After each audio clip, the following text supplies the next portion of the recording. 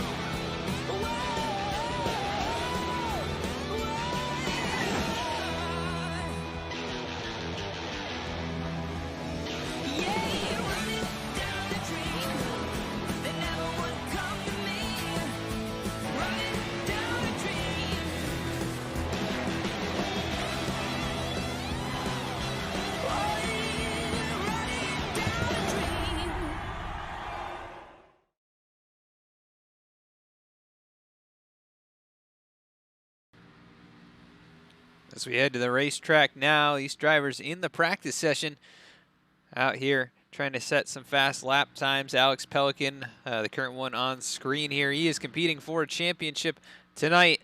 And let's introduce you to our final four in the championship. And they are going to be Jonathon Hernandez coming in that number 88 machine. Multiple wins on the season. And a good stretch of races here the past few weeks. Also, Eric Wineland, who won last week at ISM. His first victory locked him in to the finale here. Jacob Shorba there in the number 95 machine. He had a hot streak going at the end of the regular season. Now as they are here in Miami, he made his way through the playoffs, made it in on points, the only driver in the Final Four to do so. And Alex Pelican won the race at Martinsville and locked himself in early so he could test some things out, and currently sitting fastest on the practice boards here. So doing a great job tonight so far, but let's give you a little bit more of a rundown of how these guys' seasons have gone as we take a look at each of them on the racetrack. Alex Pelican, 3 wins, 6 top 5s, 8 top 10s. He has won at a bunch of short tracks here, but it's going to be a different challenge today at Homestead Miami at this 1.5 mile speedway. Eric Wineland also on, actually going back out here right now. He's got 1 win, 6 top 5s, 7 top 10s, and his victory coming last week, that number 12 Penske machine. Trying to get it done here again. He's second on the practice board. His practice coming to a close now. But Wineland, definitely somebody to look out for. He's got speed in practice. So we'll keep an eye on him throughout the event. But these guys waiting to get onto the racetrack. Not sure why the camera is all blacked out like this for us, but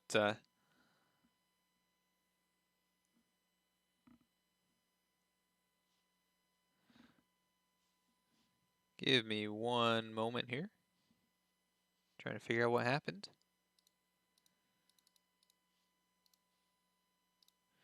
And it looks like we may have had an issue with iRacing, so we will cut to a commercial break, and we'll be right back.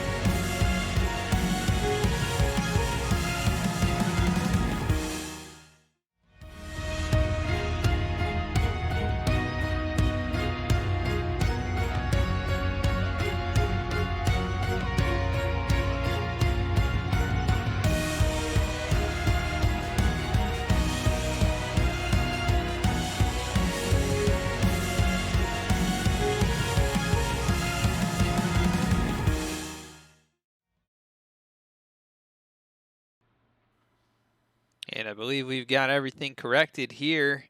Back up and running. Currently, drivers taking qualifying laps. Jonathon Hernandez, your fastest driver on the board right now, but Eric Wineland just 16 thousandths off his pace. Alex Pelican in third, so 3 playoff drivers at the top of the standings here. And we are also having some problems with our cameras tonight. Not exactly sure what's going on with all of this. Jacob Shorba currently sitting 7th on the board as looks like we may have had, gridding. Okay, so advancing the session here. There we go. Thought we lost it again, but we are all right here. We want to give a big shout out to Alpha Ornamental Metals, our sponsor here for tonight's event. In this series, they solve your ornamental metal needs, including steel, aluminum, and iron. Also home of the Streamline railing. You can check them out over at facebook.com/Alpha Ornamental Metals. And also, they are located in Chesterfield, Virginia. So if you are located in that area, they can help you with whatever you may need with your ornamental metal needs. So we're going to go back to the racetrack now. Hopefully we got everything figured out. Some technical difficulties in the opening sequences here, but the entire season has led to this race. And we're going to run through the starting grid here in the championship finale of the iRacing Fantasy Cup Series.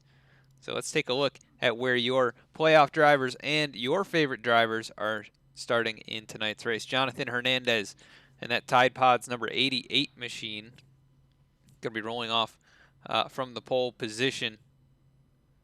Starting in second, it's going to be Eric Wineland, another playoff contender. So 2 playoff drivers on the front row.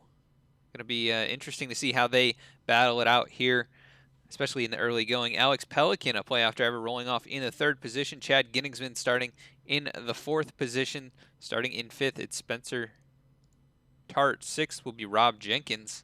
7th is going to be Jacob Shorba. 8th will be Justin Carey. So Shorba rolling off in that 7th spot. He is your final playoff driver in the field. Josh Kosick rolling off in 9th. Taylor Butcher Benjamin starting in the 10th position. 11th will be Matt Cherry. 12th will be Dusty Applin. 13th going to be Christopher Hill. 14th will be Christopher White. 15th will be Brandon Andrews, who I actually do not believe is starting in tonight's race. I believe he is race admin. Daniel Hallis starting in the 16th spot. 17th will be Oscar Jensen. 18th, Brian Pizzakemi. 19th going to be Richard Springer. 20th will be Ryan Strunk. In 21st, it'll be Tim Williams. 22nd, Alex Link. 23rd, going to be Chris Hansen. 24th will be Nicholas Starling.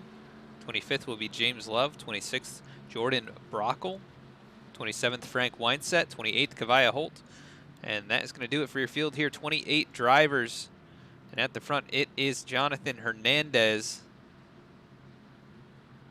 And I do not know if these paint schemes are updated to what they're supposed to be. It looks like we're still having some technical issues, potentially, with the field making their way through turns 3 and 4. We're about to get going for the finale here tonight at Homestead Miami Speedway. 134 laps.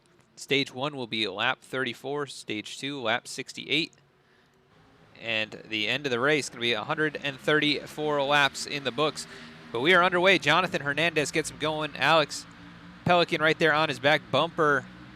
On the outside, it is Eric Wineland. They head down into turns 1 and 2. The 88 out in front, leading the way, and we're going to see quite a bit of pack-style racing as they head down the back straightaway here into turn number 3. Alex Pelican already jumping to the outside of Jonathon Hernandez. The field rolling all the way out of turn number 4 now to complete lap 1. So things going well for the moment. Jonathon Hernandez going to lose the lead, though. Alex Pelican will take that top spot away. Hernandez to 2nd, Eric Wineland to the 3rd spot. And trying to figure out why our cameras are not working correctly here. We have to manually advance them. So we will try and do our best here for that. But the 88 machine, Jonathon Hernandez working back down low on the inside of Alex Pelican, unable to get the run out of turn 4. Down the front straightaway here into turn 1. The 3 machine out all by himself. Jonathon Hernandez still down low. Eric Wineland up high. As they work down the back straightaway here on lap number 3. Everybody fairly spread out. Gonna look a little farther back. Richard Springer, Rob Jenkins, Justin Carey back here racing it up with the 22 of Chad Ginningsman. As they come down the front straightaway, Taylor Butcher Benjamin right there on the back bumper as well.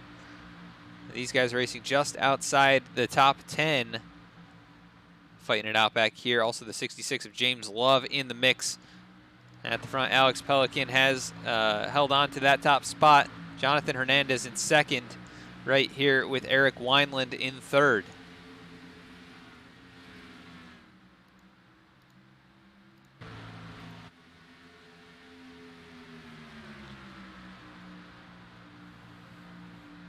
And 5 laps down, 129 to go as Alex Pelican leads the way. This is the view from up above. Ryan Strunk back here in the 14th spot sees a big gaggle of race cars in front of him, and that is going to be interesting to navigate.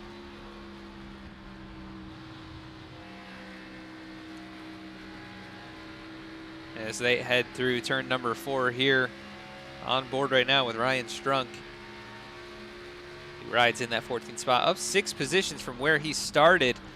And Taylor Butcher Benjamin up there behind Richard Springer. The 96 of Tim Williams behind him. They are all racing it out for position. And the 32 of Christopher White is in the mix there as well. Brian Pizzakemi back here in that number 48 machine. He rides in 21st behind Dusty Applin, who is holding on to the 20th position. But he'll look down low. Here comes Jordan Brockle approaching from behind now. That PPG Ford Mustang. As out in front, Jonathon Hernandez has reclaimed the lead. Eric Wineland now going to the 2nd spot. He'll go around Alex Pelican, who drops now to the 3rd position in that number 3 machine.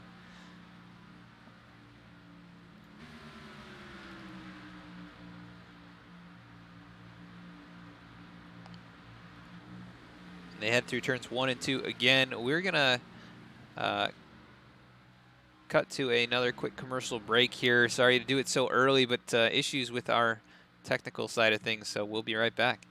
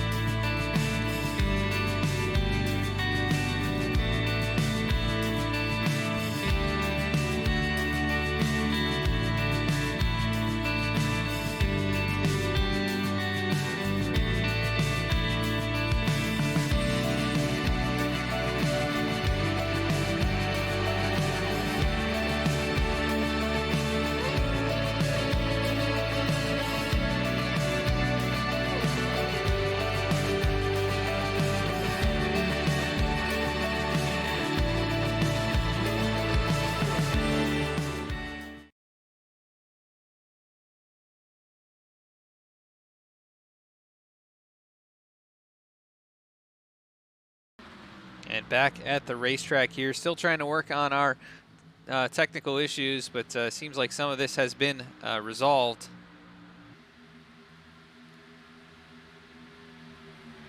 Though still a couple issues here. We're going to get our ticker back up and going for you. So excuse the break once again. Alpha Ornamental Metals bringing you the race here today. We want to thank them for sponsoring today's event, and apologize for all the technical problems to open it up. This is not the race we wanted that to happen, but looks like there haven't been any cautions or anything at this point.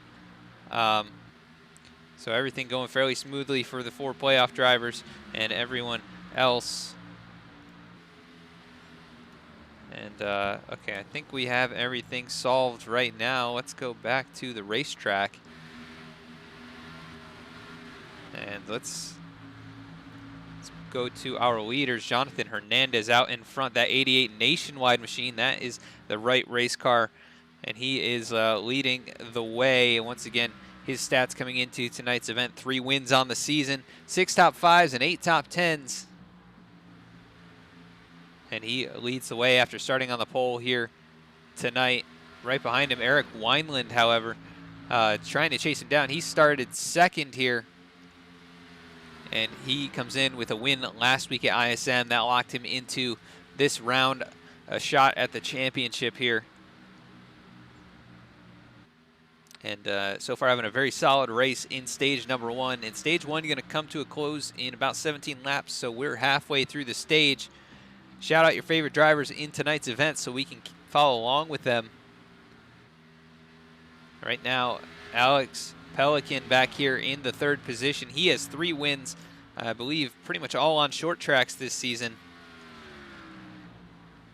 Actually, he had a road course win and 2 short track victories, so that's his 3 wins this year. 6 top 5s, 8 top 10s, very strong performances, especially in the last segment of the season.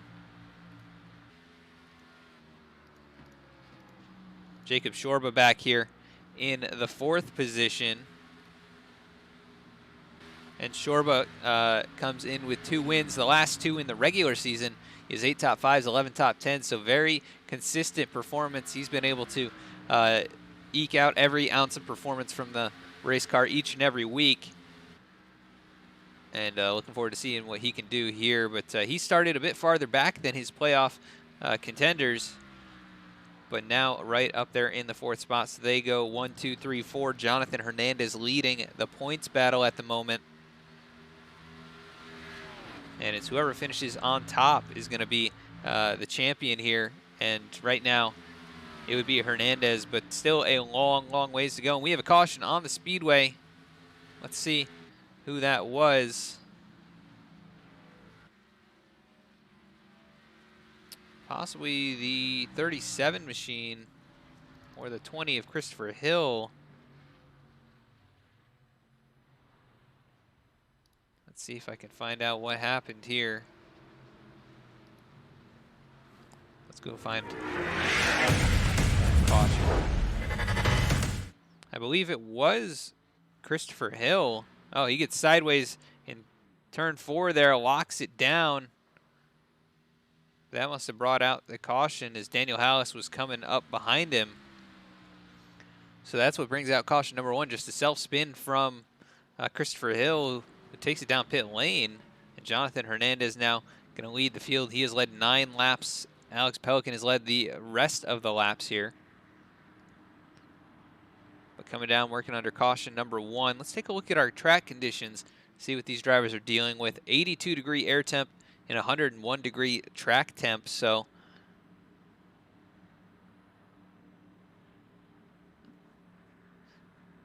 pretty slippery speedway today, I would think. And that goes to show why the 20 lost control of his race car. They all work into the pit lane here. Jonathon Hernandez not stopping super straight in his stall. That may affect his pit time here. And we'll see if Wineland can take advantage. It looks like we've got somebody back there. That's the 19 machine, I think, having troubles getting into his box. But Jonathon Hernandez is going to win the battle off the pit lane. down onto the access road here, that Nationwide 88. Looking good for the race tonight.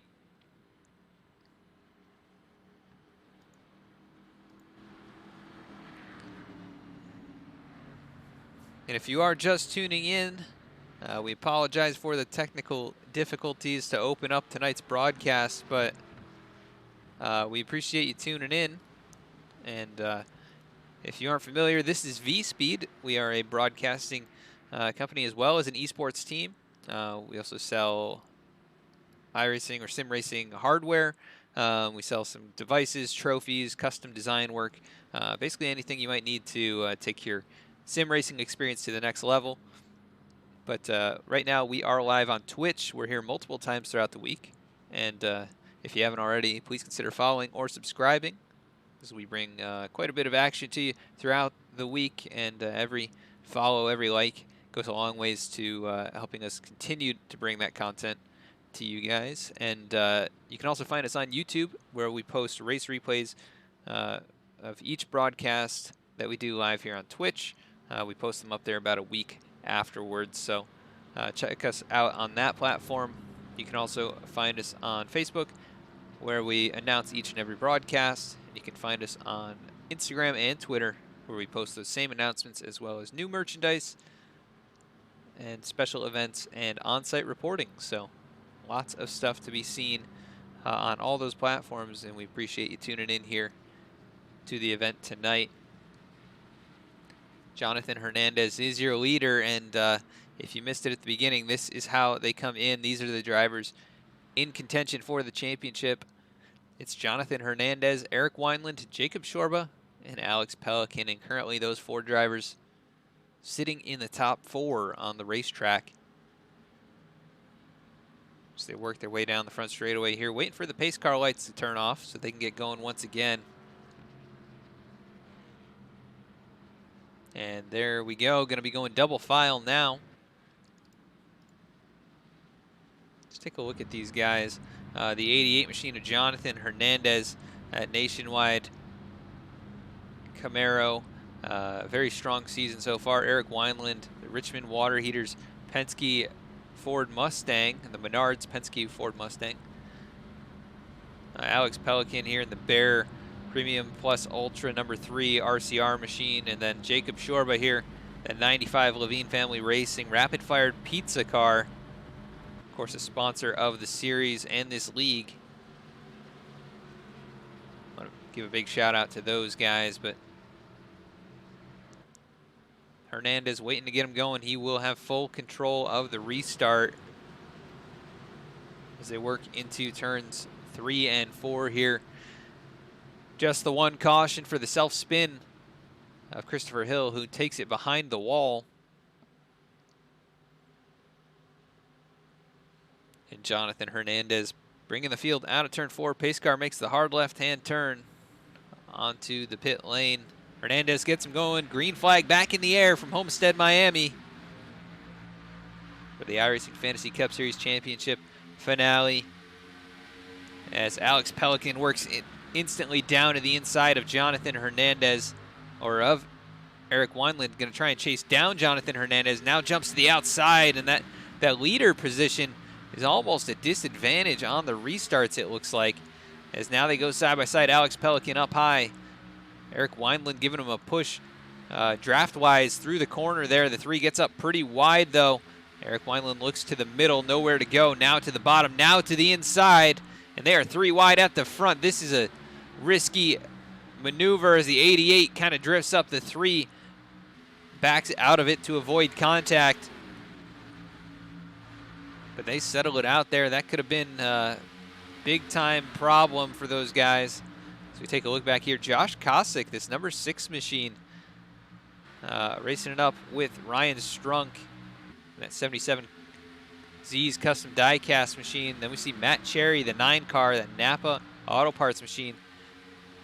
He started in 11th. He's made his way up to the 6th spot, trying to battle inside the top 5, but not able to get the position just yet. Oh, and he gets loose out of turn 2, right alongside Ryan Strunk. That was a close call. Meanwhile, Jacob Shorba, that 95 car, Has closed right in on these front three, and he is there. Oh, the 12 of Eric Wineland getting sideways. He's going to hit the inside wall and drop all the way to the back. Look, trying to find him here.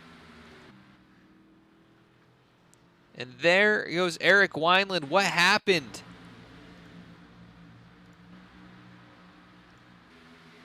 He gets sideways out of turn 4 and disaster striking last week's winner. He hits the inside wall with the left side of the race car. Pretty heavy contact as he gets back up to speed. No caution, and that is going to be a disadvantage, but good for him. There's only 7 laps left in the stage as now Jonathon Hernandez has gotten away by a few car lengths over Alex Pelican. Jacob Shorba in third. He was able to avoid that.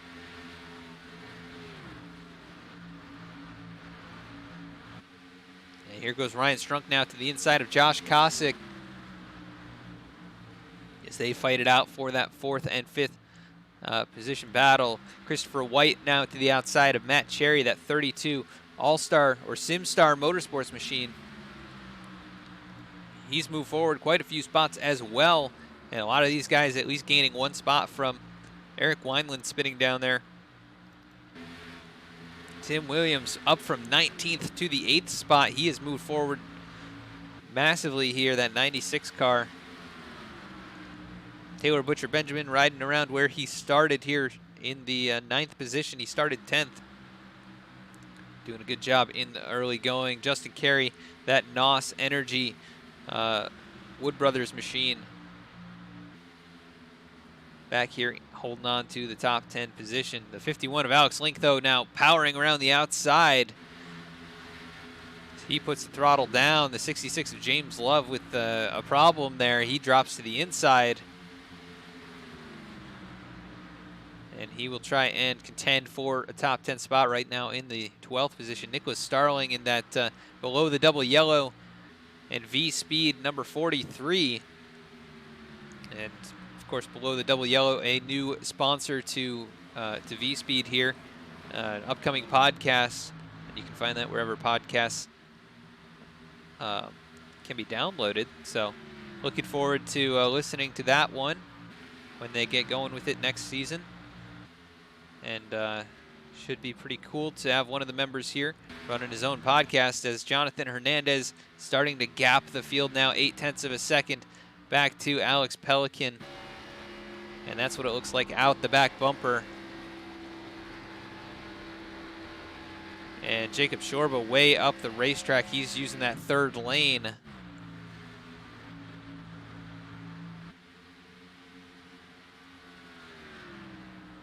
And he's in 3rd spot, but not able to keep up with those top 2. Jonathon Hernandez looks to be the class of the field in this first quarter of the race, as we'll be getting the green checkered here in just a couple laps.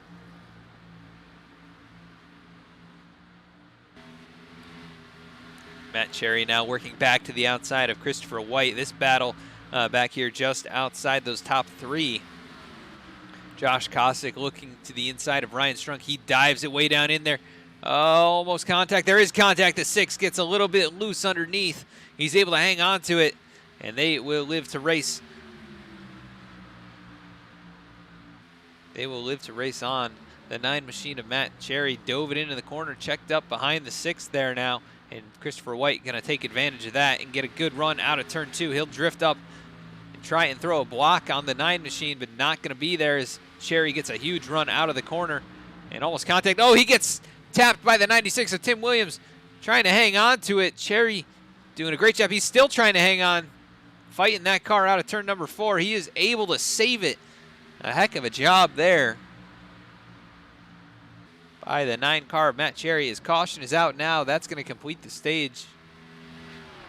Jonathon Hernandez going to win stage number 1. So those points don't matter at this point. It's all about where you finish in the at the end of the race here at Homestead. Alex Pelican 2nd in the stage. Jacob Shorba 3rd. Ryan Strunk 4th. Josh Kosick in the 5th position.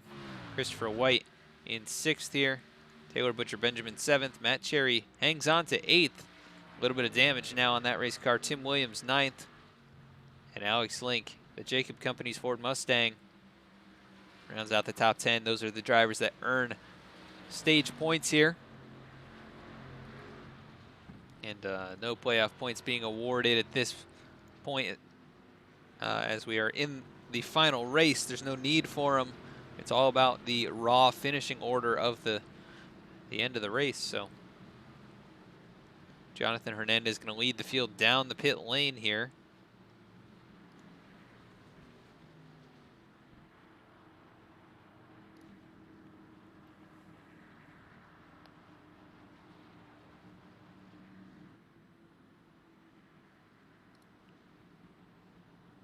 And Hernandez brings the field down the pit lane, looking to see if anybody elects to stay on the racetrack.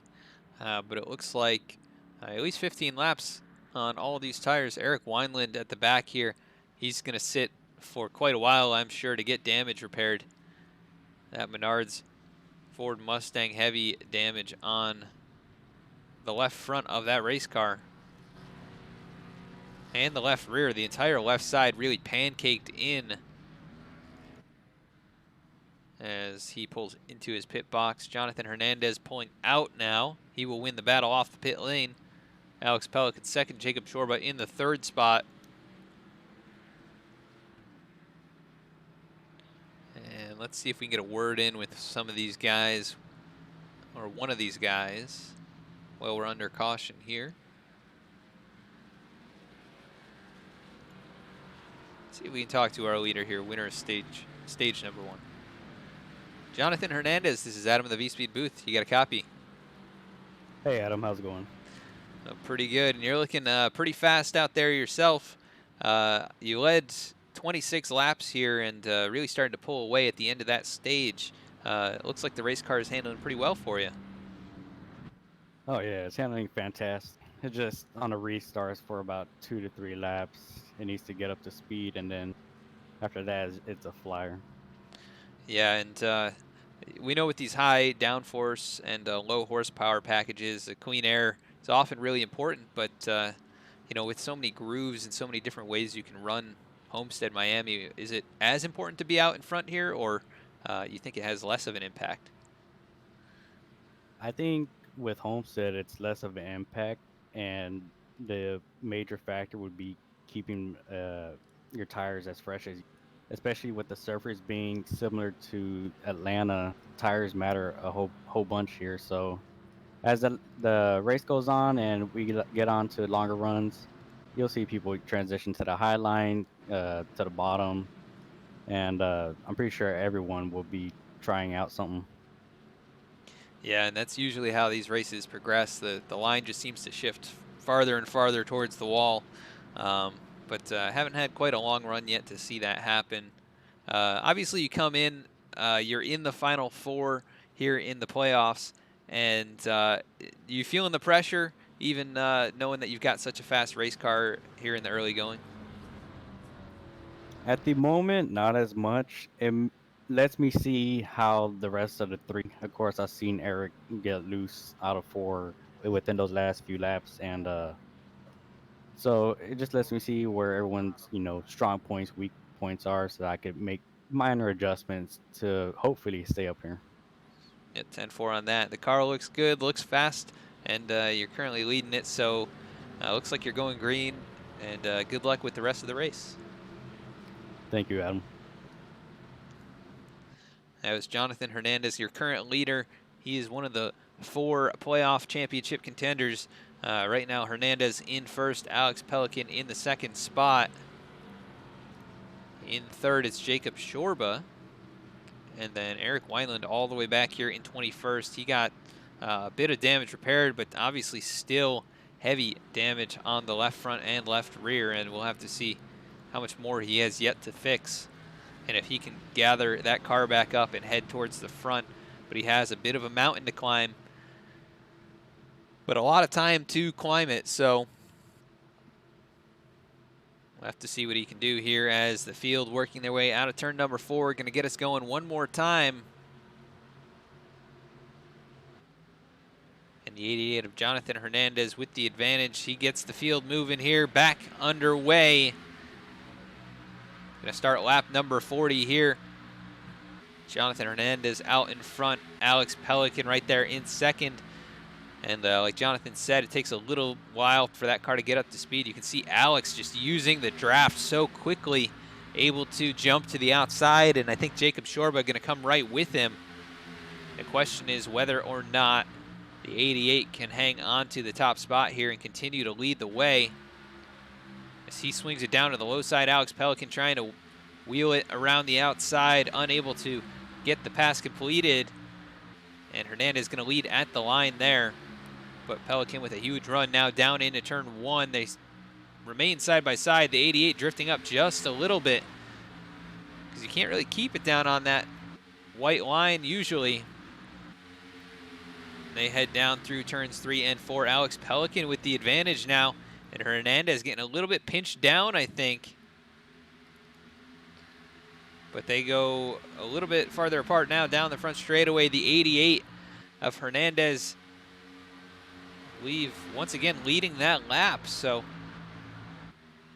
he's doing a good job trying to pull back on the low side, and Pelican with the lower horsepower here, he's trying to work a higher line and just try and keep the momentum going, but doesn't seem to be able to complete the pass just yet. Now working with the 88 down low, they remain side by side out of turn 4. The 3 very wide, able to keep it off the wall, and Jacob Shorba right there behind him. Let's see what it looks like out the nose cam of that rapid-fired pizza machine.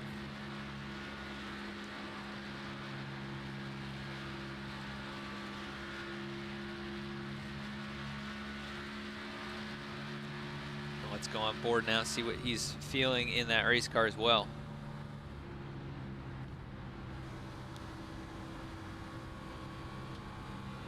Bit of a lift off the throttle there as we see Jonathon Hernandez actually unable to hang on down low. He goes to second as Alex Pelican takes the top spot.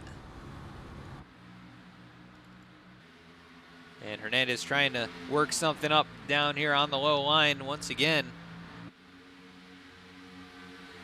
And he is closing back in, but still a couple car lengths separating those two. The 88, you can see him swing down lower and now get the run out of turn 4. He's so good on that end of the racetrack. And that's often the end that will make or break your race here. But the 88 so strong on turn entry. You see him just dive down in here. The 3 pinching him down though, but I don't think he's going to be able to hang on there as the 3 powering back to the outside now. But I think it's just a matter of time. That 88 so strong here after a few laps, and now he goes to the front after sliding it up to the outside wall here. The 3 almost brushing the wall. That was a close call for Alex Pelican. And Eric Wineland now up to the 14th position, getting a draft from his affiliate team, the Wood Brothers machine of Justin Carey. As he now swings it to the high side, the 21, I'm sure, going to give him a bit of leeway here, or at least help him out. But the 51 of Alex Link is right there behind him, trying to find some way forward as well.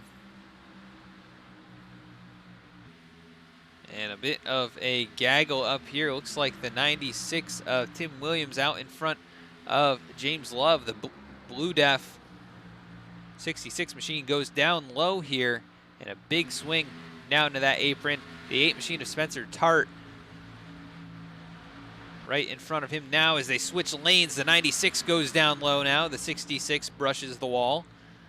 And the 19 of Rob Jenkins right here behind them. Eric Wineland kind of boxed in as they touch doors, and Eric Wineland right there behind all of it. The 96 swings it down low once again. The 19 of Rob Jenkins up on his outside, and Eric Wineland boxed in. He was able to get around the 21 of Justin Carey, but the 96 really struggling down low. He gets loose out of 2.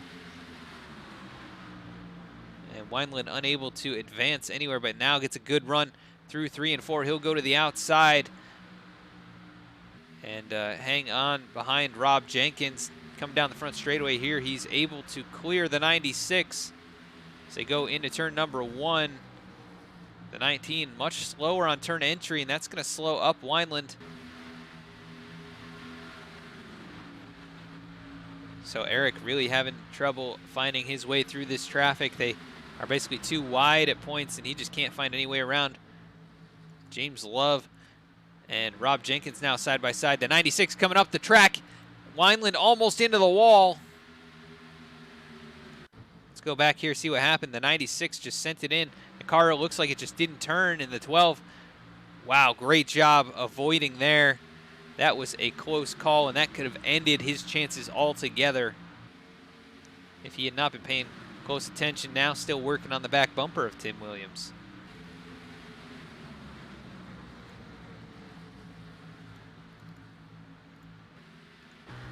Now swings down to the inside. He is able to complete the pass. Tim Williams goes to 13th. Now looking back down low. Nope, he is in line. Gets a huge run into the corner here. Gonna pack some air underneath James Love as Eric Wineland slicing and dicing. Now up to the 11th spot.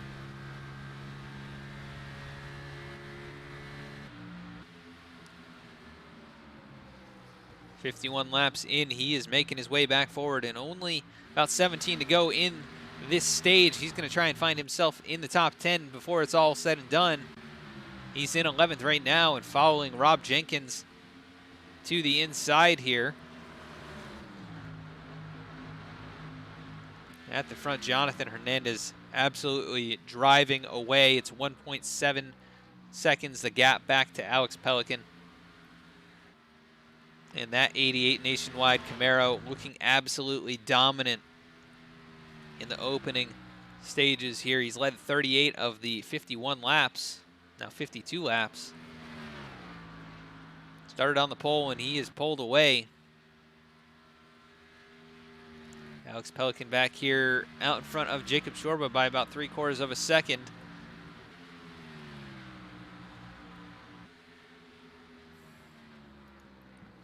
Shorba trying to figure something out here. He's going to have to get a little bit more speed and make some adjustments, get that car moving in the right direction. He's just been hanging out in 3rd or 4th the entire race. And not going to be enough to win the championship at this rate. Ryan Strunk back here in the 4th spot. He's had a good run going. Taylor Butcher Benjamin, that's Joe Gibbs Racing Machine. First of the Gibbs cars.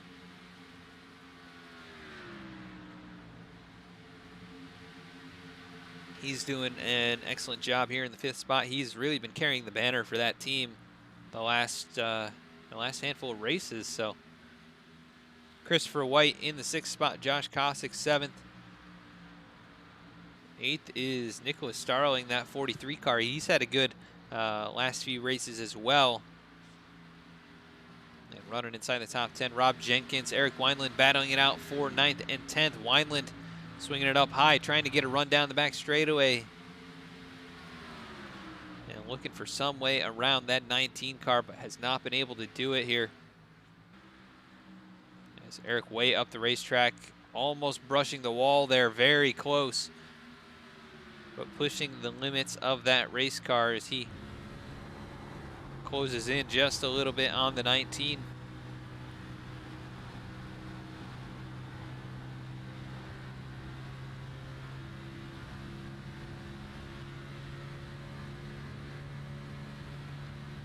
I think based on how the practice session went and the qualifying session went, I expected the 12 of Wineland to definitely be one, if not the pick for him to win the race. So he is making his way forward, definitely slicing through the field like it's like they're standing still. But at this point, with the tires starting to wear out, 20 laps on these Goodyear Eagles, he's unable to complete the pass on Rob Jenkins. Oh, the 43 really stacking him up here is now Wineland goes down low. He's going to complete the pass out of turn number 4 and move to the 9th position. I think he's starting to struggle with a loose condition on that race car, though, especially with the damage. You can see it really affecting him down the straightaways. Meanwhile, Alex Pelican starting to close back in on Jonathon Hernandez. Last time by was the fastest driver on the racetrack by about 1/10 of a second over Hernandez. So keep an eye on that number 3 car. He's been very good in the playoffs this season. Continuing to slice away, that time 1.5 tenths off Hernandez.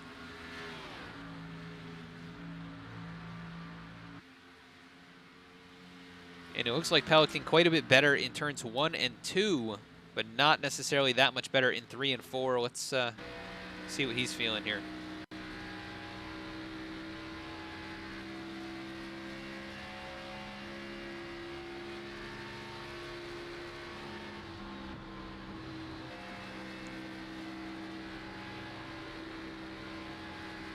As you can see, the back end starts to wiggle, and he has to do a bit of counter steering, I think.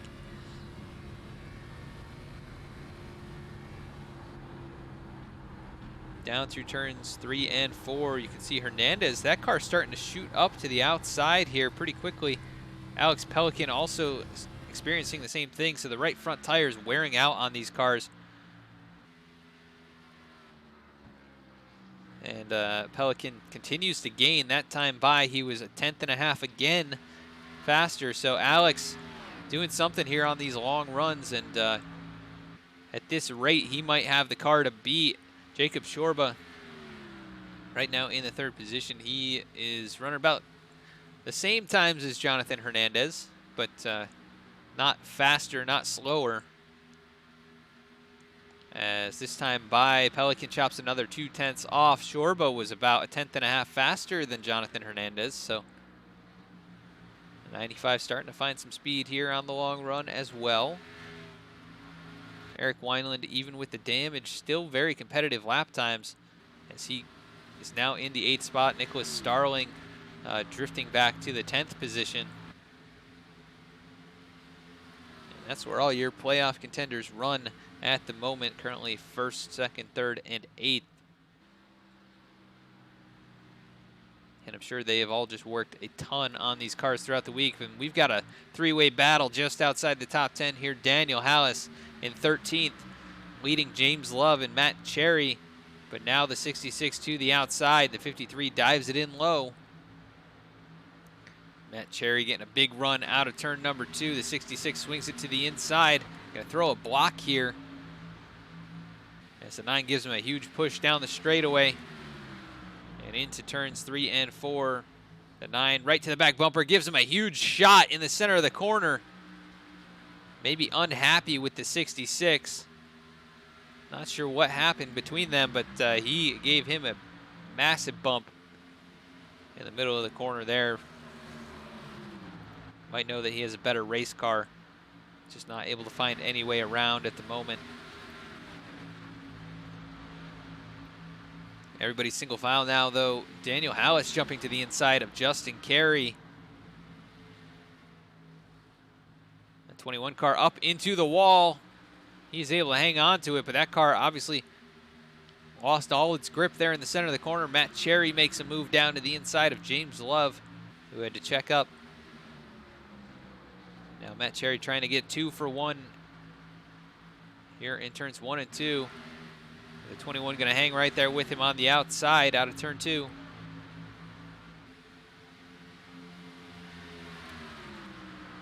And into turn 3, here comes Pizzakemi, Brian Pizzakemi, one of your early playoff drivers who did not advance here to the Final Four.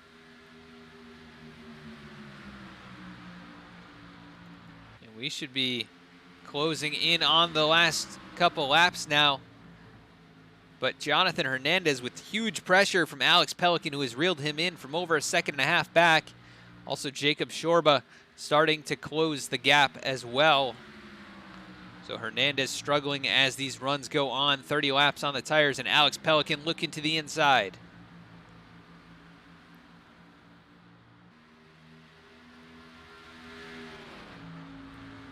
Out of turn 2, the 3 machine of Alex Pelican. Right on the back bumper now. He's driven that thing hard to get here. Is he going to be able to complete the pass? They have one more lap at the line to the end of the stage, and It would be a massive advantage to be the leader when they get things going. Once again, he looks now down low through 1 and 2. Gonna try and find some grip down there, but he gets a little bit loose trying to chase that thing up the racetrack. He'll just hang on to it. Somehow carried all that speed with it. Still 1 car length back. He'll look down low again. 88 working a higher groove. Jacob Shorba is really closed in now, 1.5 seconds back. He was almost 3 seconds back at one point. And that's going to do it for the end of the stage. Jonathon Hernandez is going to win it again. And Eric Wineland getting there just in 7th now. But Jonathon Hernandez wins the stage. That's 2 in a row. He's led 55 laps, able to hang on over Alex Pelican, but just barely, as the 3 machine really closed in. He comes home 2nd in the stage. Jacob Shorba finishes 3rd in the stage. Ryan Strunk 4th. Taylor Butcher Benjamin comes home 5th there in the stage. 6th is Josh Kosick. Eric Wineland in 7th. Rob Jenkins in the 8th position. 9th was Christopher White, and Nick Starling rounds out the top 10 here in stage number 2. So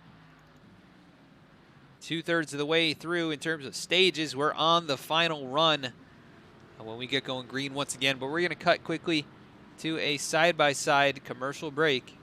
We'll be right back with the green flag.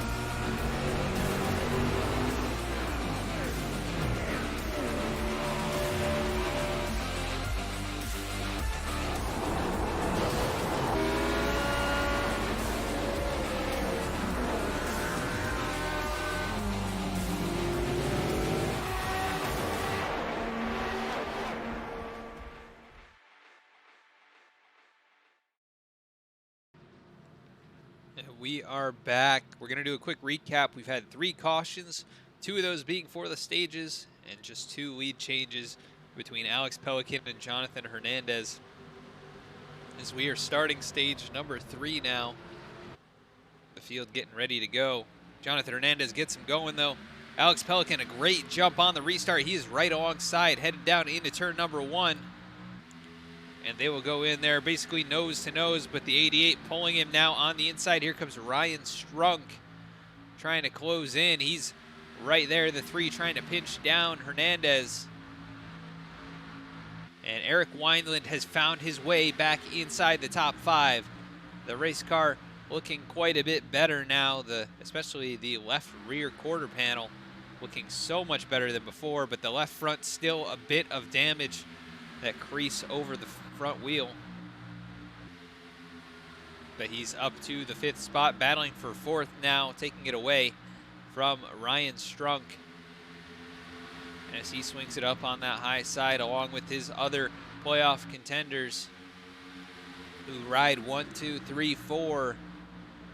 And we're past halfway, so cheer on your favorite driver. If you haven't, let them know you're out there, and we will try and follow along with them throughout the event. Right now, your playoff contenders, who are these 4, Jonathon Hernandez, Jacob Shorba, Eric Wineland, and Alex Pelican, all riding in the top 5. And putting on a heck of a show for us here in the early going. We got side-by-side back here between Alex Link and Justin Carey. Chad Ginningsman back here alongside James Love. He's able to complete that pass. So move Ginningsman now to the 15th position. He was in contention to win the championship last night in the National Series and came home runner-up in the points after a 4th place finish in that race. Nice solid season for him though over there, and he has a victory in the Cup Series at Talladega just a handful of weeks back, and looking for another run here to match that potentially, but hoping his teammate Eric Wineland can get up there and challenge for it as he takes 3rd away, or is trying to take 3rd away from Jacob Shorba, who's down low. Wineland up high, and they're starting to lose the top 2 by battling, but Wineland able to clear out of turn number 2. Alex Pelican trying to keep the 88 in his sights. He knows he's got the speed on the long run, but the question is, can he hang with him on the short run? Right now about 4/10 back.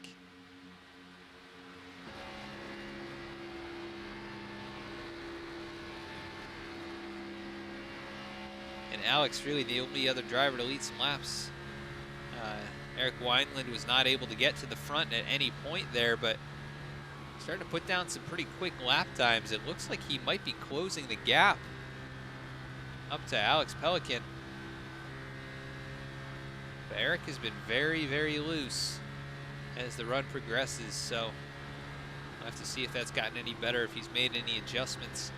And that time by Jonathon Hernandez, the fastest on track, and we have a caution.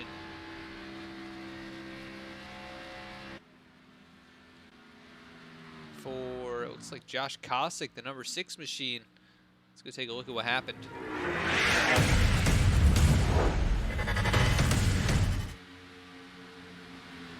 And it looks like Kosick racing it up with Daniel Hallis and Nicholas Starling. The 6 goes up the racetrack, catches the wall, able to keep it off the 43. Bounces off one more time into the 53 now. And Hallis goes sliding down the front straightaway. Thought I saw Brian Pizzakemi get involved. No, he just snuck through it. So just the 53 of Daniel Hallis. And this was probably a pretty interesting ride.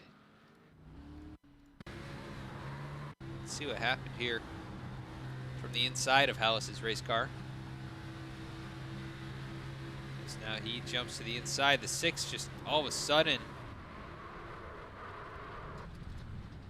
A very interesting slide. I've never really seen that happen. He just kind of flicked the wheel and it went for a nice spin straight down through the grass here, but never touched the inside wall. So great job to keep that thing off the wall and keep it alive here, but he will go all the way to the back. Actually now stays out on the racetrack. And Jonathon Hernandez is going to lead the field down the pit lane.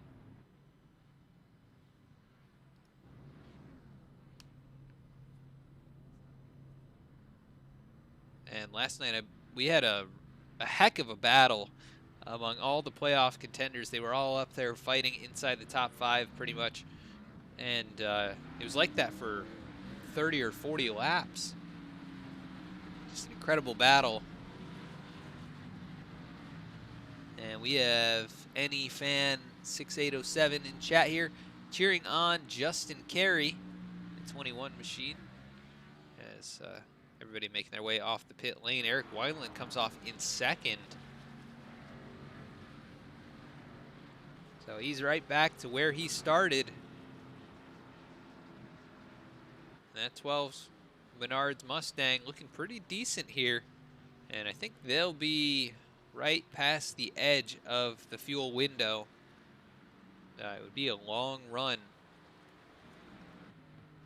if they were to try and stretch it the rest of the way. So we'll have to see what they can do here, and we'll see if we can get a word in with one of these guys. Let's talk to Alex Pelican, see if he is around.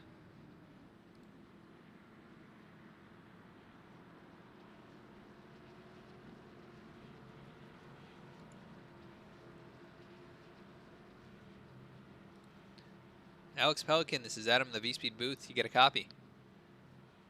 Yes, sir. Well, Alex, we saw you. You chased down Jonathon Hernandez there at the end of stage number 2. Obviously, it looks like the car is really good on the long run, but how's it feeling for you out there? Feels good. Just short run could use just a little bit more turn in the center, but other than that, hopefully it goes green here for the last 50 laps and we can get it done. Yeah, do you think you're going to be able to make it on fuel from here, or is it going to be a pretty close one? I'm not sure. I'll let you know at lap 134. I guess we'll see then. But you've been kind of runner-up all night here. You know, so far Jonathon Hernandez has kind of dominated, but you've shown strength. You think the clean air is helping him out, and just riding behind him, that dirty air is hurting your performance? I think it plays a little bit, but not much. I mean, there at the end of stage 2, I seemed to do pretty good in dirty air. Yeah, you reeled him in from over a second and a half back, so we'll see if you got enough to stay with him and prevent that kind of gap from opening up. But looks like you're going green here next time, so good luck with the rest of the race, and maybe we'll talk to you later. Thank you. All right, that was Alex Pelican, the number 3 machine. So we move him back down with his team. Had such a strong season here, especially to open up the playoffs. He won, I believe it was the first 2 races of the playoffs at Richmond, as well as the Roval. Just absolutely dominating performances by the RCR machines in those races. And as of late, not had the finishes, but definitely had the speed, as he did win at Martinsville. But other than that, I think they've been trying some stuff out to get ready for tonight's race, and obviously the car very, very good, but a little bit too tight for him on the short run. But Jonathon Hernandez gets him going from the outside lane this time. Jacob Shorba getting a great jump, and he'll go alongside Eric Wineland, but not going to be able to clear as they head down into turn 1. Wineland with the 3 of Pelican right there on his back bumper.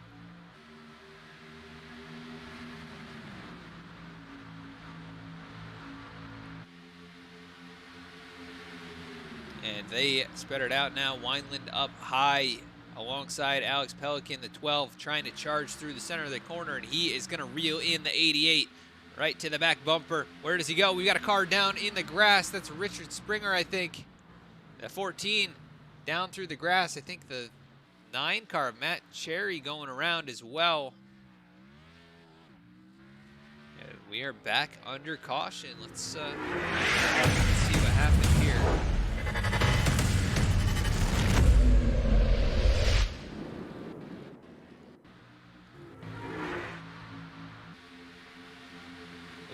Matt Cherry, who was next to Richard Springer. Not sure if they made contact, but I guess we'll find out in just a moment.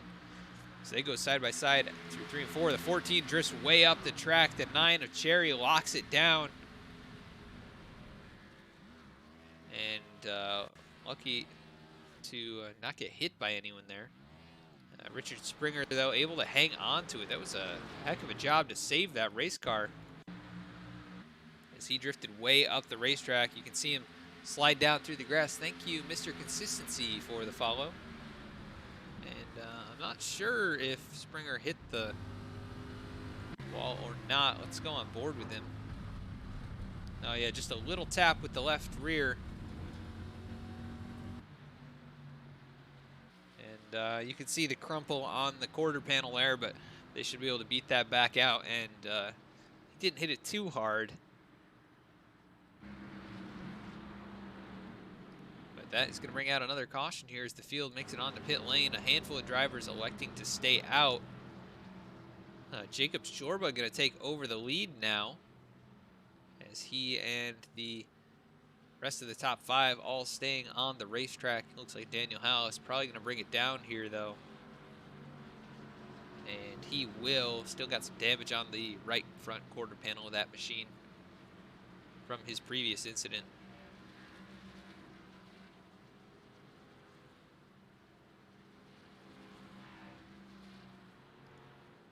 Hope you guys are enjoying the broadcast, and we want to thank you for sticking around after our early technical difficulties.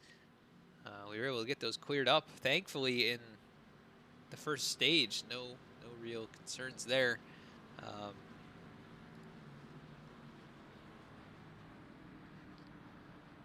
So we want to thank Pugmans for following. I don't know if we saw that, but thanks for following. Thanks for tuning in. Hope you're enjoying the broadcast.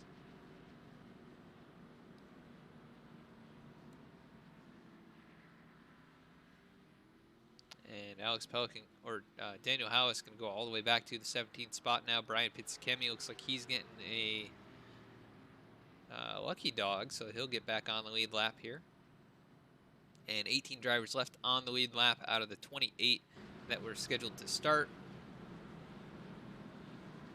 We had, let's see how many.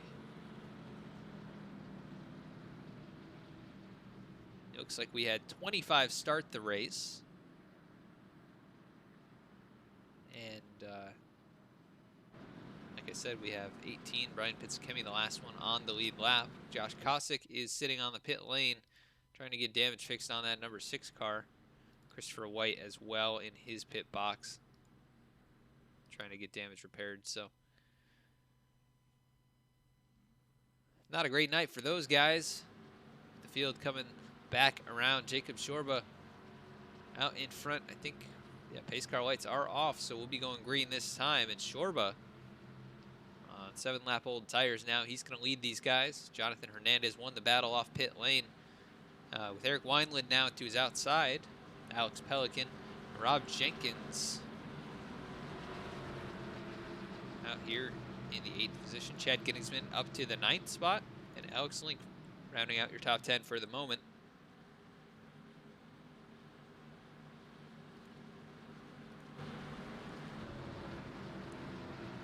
So we'll see what Shorba has here. His car's been about 3rd or 4th best on the racetrack at all times, but now that he's going to have some clean air, might help the handling. Maybe that's the way they tested it, and we know that cars can be trimmed out quite a bit better one way or the other for clean air or for traffic.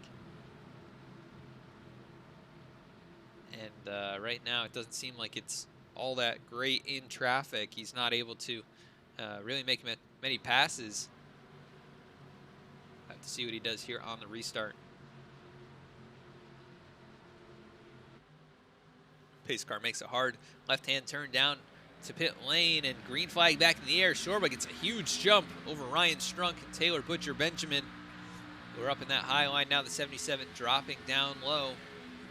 And these guys on fresh tires trying to find some way through. Eric Wineland's boxed in as he looked like he might have started to move downwards, but nowhere to make that move. And he is stuck behind the 11. And watching that 88 drive by, here goes Alex Pelican, who swings it down low. And the 77 really checking these guys up. The 88 boxed in behind him, and Nick Starling, now the 88 of Hernandez, swings it down low, 3 wide.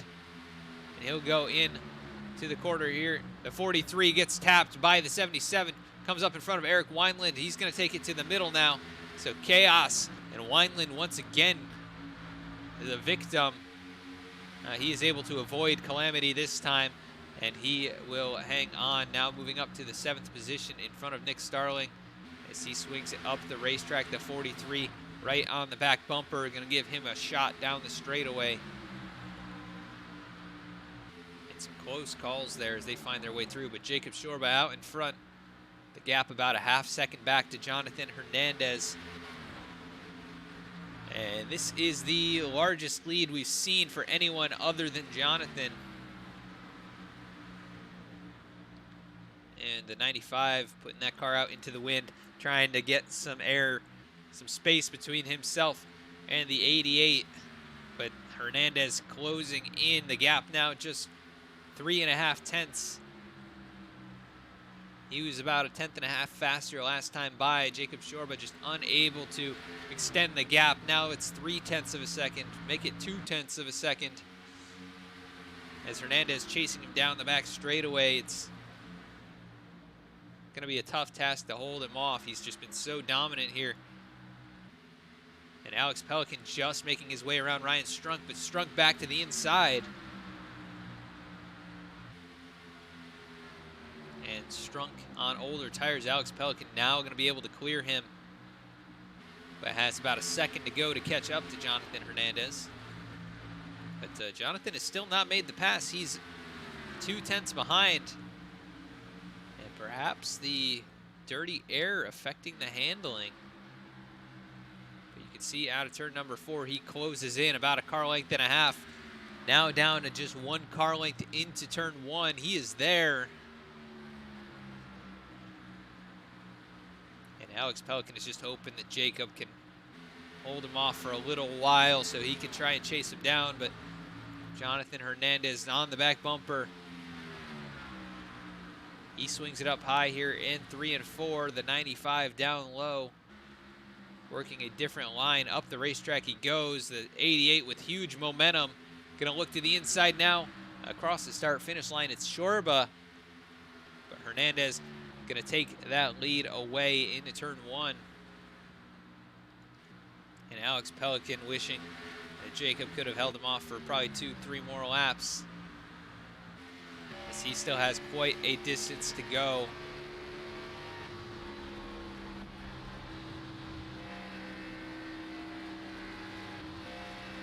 Up the racetrack, almost into the wall, goes the 3 machine.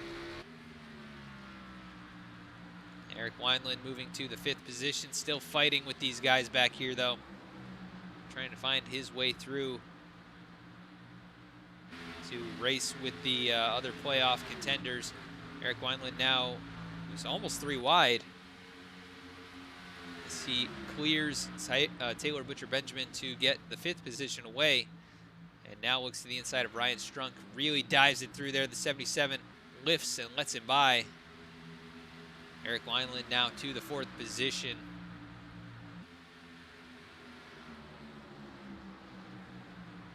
And right down next to that apron, trying to work every inch of racetrack he can, and he's trying to get a pole from the 3 car up in front of him, who is about 3/4 of a second in front. And these are your top 4 looking from Eric Wineland. That's Alex Pelican and then Jacob Shorba, Jonathon Hernandez, the next 3 cars. So we're almost at lap 100.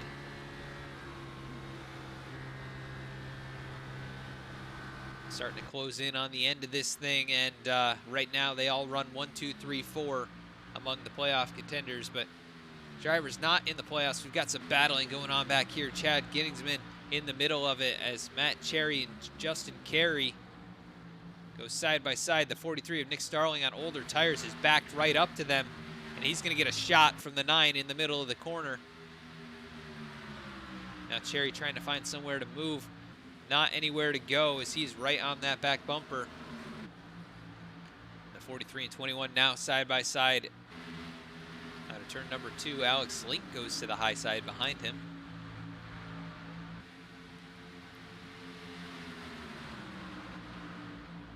And the 66 of James Love now to the inside of Chad Ginningsman. We've seen that 66 kind of be a comer and goer, as this is looking pretty crazy here. 3 wide, the 43 down low, the 9 in the middle, and 51 up high. They survive that for the moment, but here comes the 43 down on the inside, almost contact. They might have rubbed fenders there.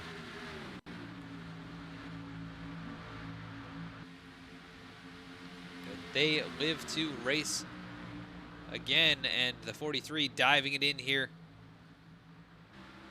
Unable to get back to the inside. The 51 into the wall, though. Alex Link spinning down the racetrack. No, that's the 43 of Starling, who hangs onto it, no caution.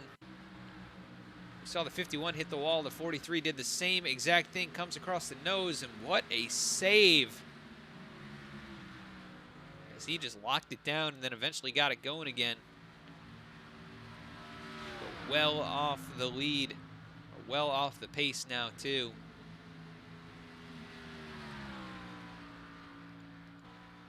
He is wishing that that could have gone differently, but Alex Pelican starting to reel in Jacob Shorba. The gap only 0.4 of a second. And I think it's just a matter of time before he gets there. That gap now 0.3 of a second. Meanwhile, Eric Wineland not able to advance. He's running the slowest right now of the 4 contenders, but also has the most dirty air to contend with and damage on the race car. That being said, it looks like the 3 has a crumple of the right front fender. Just a little one. So he has made contact with that outside wall at some point here.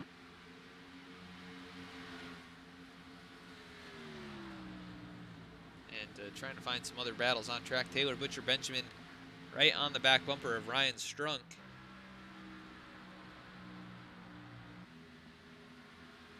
And Rob Jenkins starting to close in on these guys. He's in the 7th spot, having a good race here. Running in the top 10 basically all night. And has finally chased down his Joe Gibbs teammate there. And they run 6th and 7th, so good work there by those two.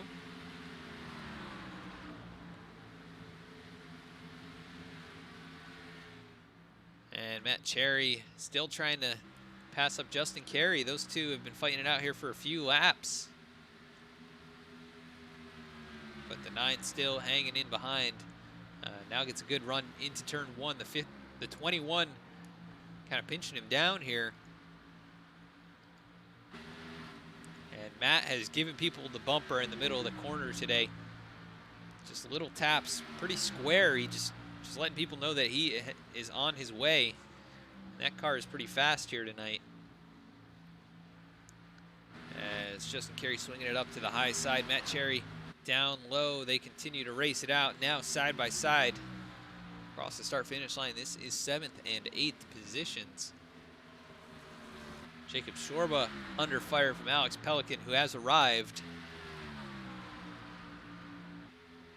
Pelican unable to complete the pass down the back straightaway there. He'll have to reload and set himself up for another try. Coming out of turn 4, he gets really tight on exit. Able to keep it off the wall, but just barely.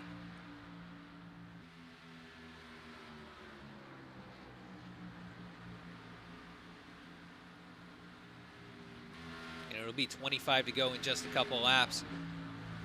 Jonathon Hernandez out in front. He has led 83 of the 107 laps. Just absolutely dominating this race. And we saw weakness at the end of stage 2, and Alex Pelican started to reel him in. It was about 30 laps into it. Is when we started seeing the weakness show, as Alex Pelican looking once again to the inside.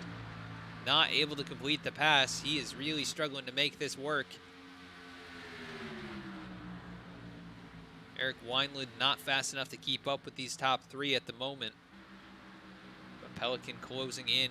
Now just a car length back. A big run down the front straightaway. He's going to look to the inside going into turn one. And Alex needs to get this done as fast as possible. He's the fastest car on the racetrack and only getting held up by that 95.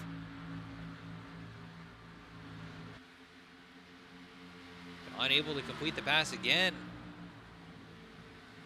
Alex is going to really have to try and work to set himself up. As he continues to get great runs out of turn 4, but tags the wall that time. And that is going to cost him 0.2 of a second. But Jacob Shorba not happy, I'm sure, with the way this run has gone. He stayed out on older tires and just desperately trying to hang on to second place.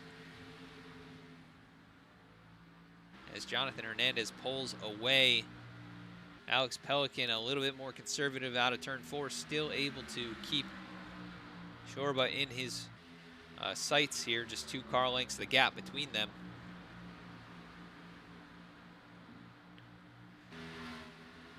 And under 25 to go. It is winding down quickly, just 32-second laps here. Now that we are about 25 laps in. This is when both Shorba and Pelican started closing in on Jonathon Hernandez last time.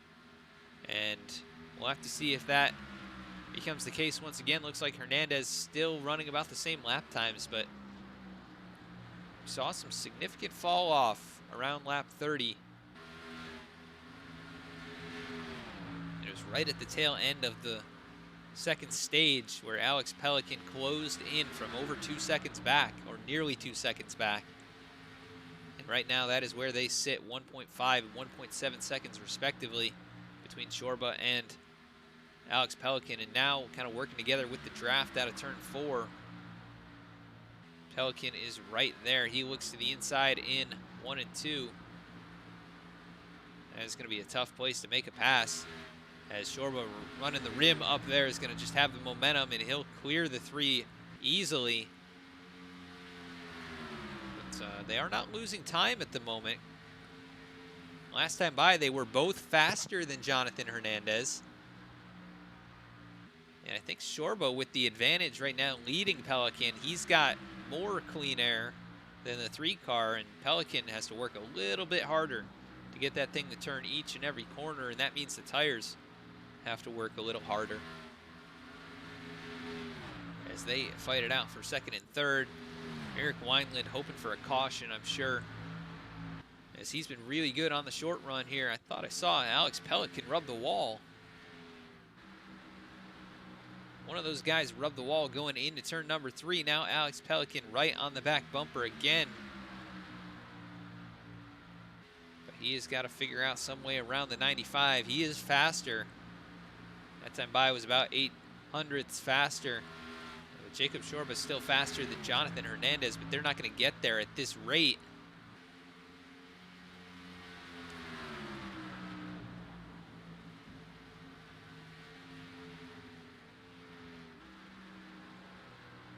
But this time out of the corner, it looks like that gap now under 1.5 seconds to Jacob Shorba.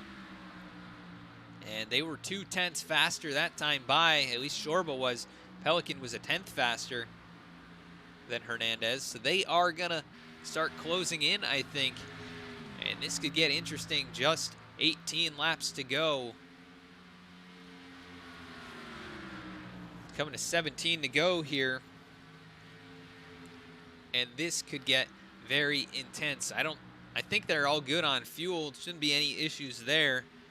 But this is going to be right at the end of a run. If they go green the rest of the way, the gap now 1.2 seconds to Jacob Shorba, and they're closing in. Almost everyone in the top 10 faster than Jonathon Hernandez right now. He's burned the stuff up on that tire, on those tires. That car so fast for just about 30 or 35 laps, and after that, he starts falling off a cliff. Now 1 second between Jonathon Hernandez and Jacob Shorba. The championship most likely going to be decided between these top three. Eric Wineland 5 seconds back, just too far back to have anything to challenge them. Other drivers in your top 5, Ryan Strunk right now is the only non-playoff driver in the top 5. Daniel Hallis has made a nice recovery here to the 12th position. After getting caught up in an earlier caution there, he's still trying to move forward. Goes to the inside of Chad Ginnigsman, who goes way up the racetrack in the 22. Starting to get a bit loose here, I think. Probably on a similar setup to his teammate, Eric Wineland. As Hernandez has picked it back up here now, the gap just over a second. But the 88, you can tell, not as fast as it was. This is what it looks like out the back. Shorba closing in, now 1 second. Pelican 1.3. And Jacob working that high line. Alex Pelican a bit lower. And Shorba was a 10th faster last time by. Looks like he's really set that car up for a green flag run, but we have a caution. Justin Carey, Chad Ginnigsman bringing out the yellow. What happened here?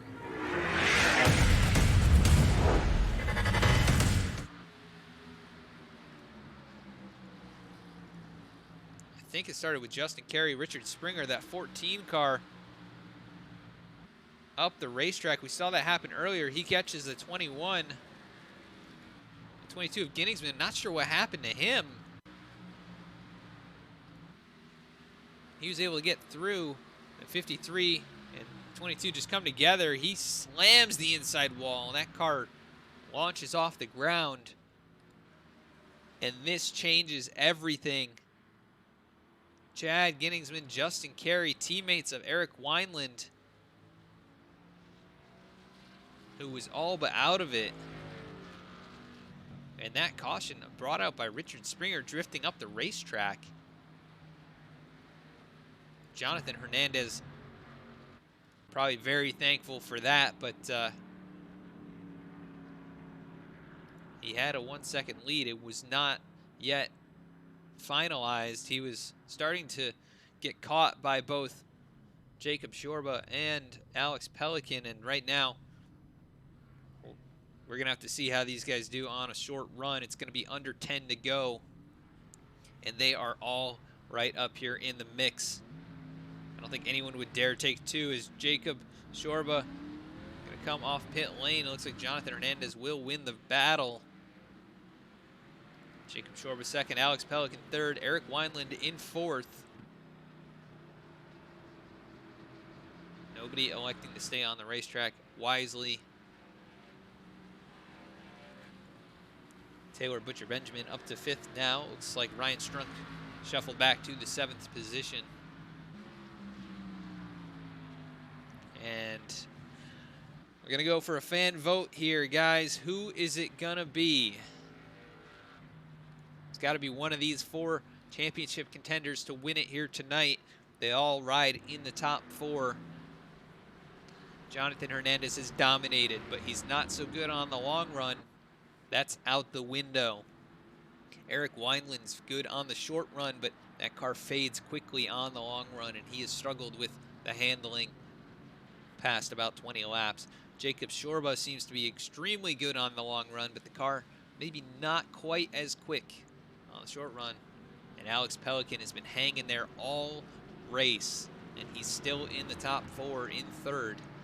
He's been really the only one to contend with Jonathon Hernandez throughout the night. So who is it going to be?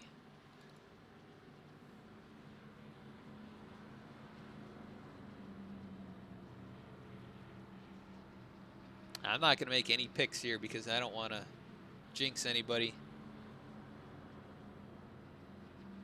But it could be any one of those 4.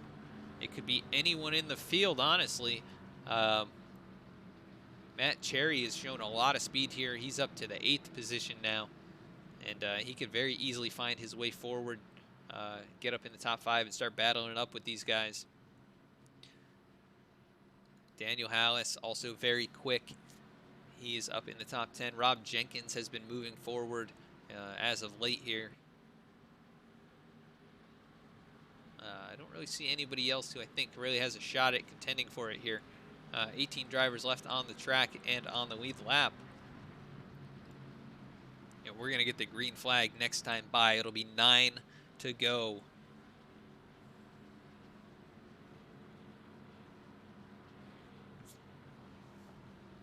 And we've got Route 8 cheering on Alex Pelican, saying he's made this pass already a couple times in this race, and he can probably do it again. There's still hope for that number 3 car. He's got to time the restart perfectly. Eric Wineland has to time it perfectly. They've got to be there. They have to be as close as possible. That 88 car, they can't let him get away, because that car will just pull away. And Eric Wineland has overcome significant adversity today.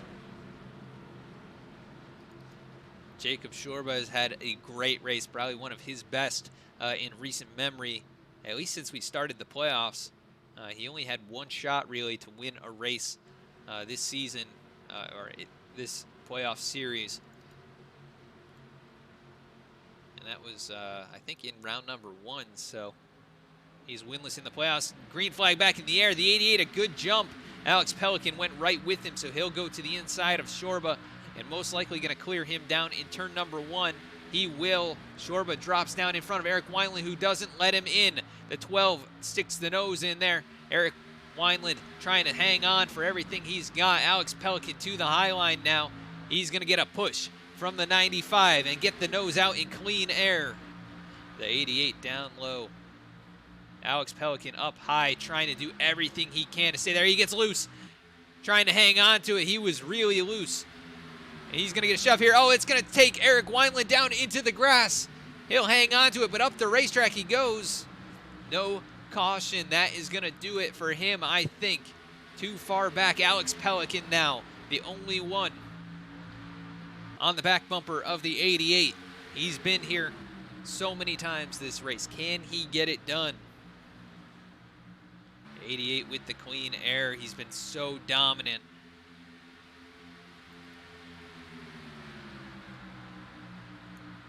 And that was such a close call. I cannot believe that happened. Eric Wineland, incredible job saving the race car. But he goes all the way back now to the 10th position, and he's got a mountain to climb in the 21 of Justin Carey, losing it. And he's going to go around the 51 of Alex Link also. Not sure what just happened there.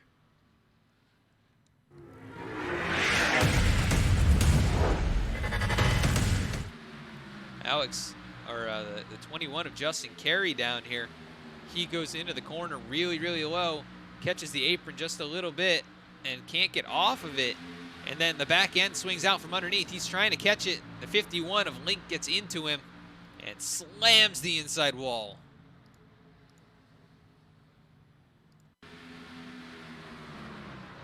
Man, what a hit.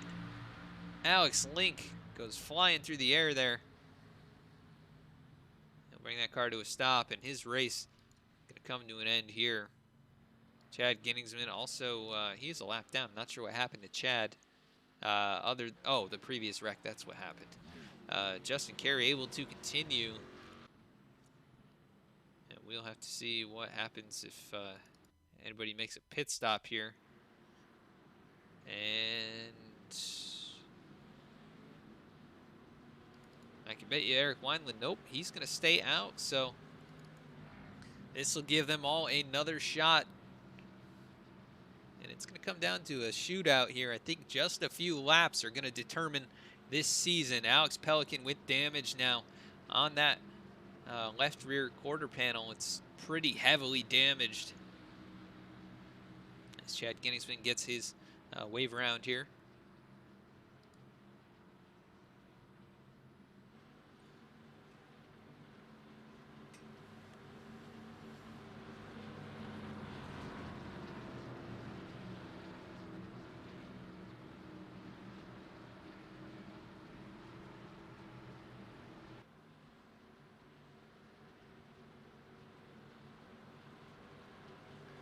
So this changes things up again.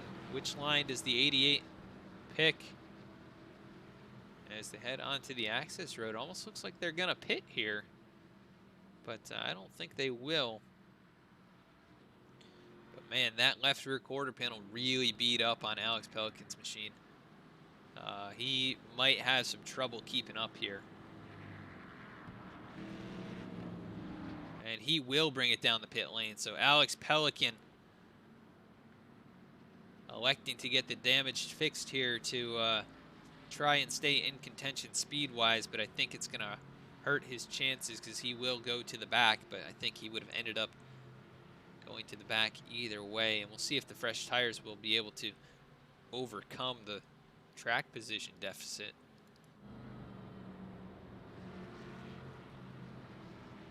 As we want to give a big shout out once again to our sponsor here tonight, Alpha Ornamental Metals. We want to thank them for supporting this league throughout the season. Very appreciative of everything they've done. We solve your ornamental metal needs, including steel, aluminum, and iron, and also home of the Streamline Railing located in Chesterfield, Virginia. You can find those guys on Facebook at facebook.com/Alpha Ornamental Metals. And we'll put their information in the chat so you can go check them out, give them a like or follow, and support those guys.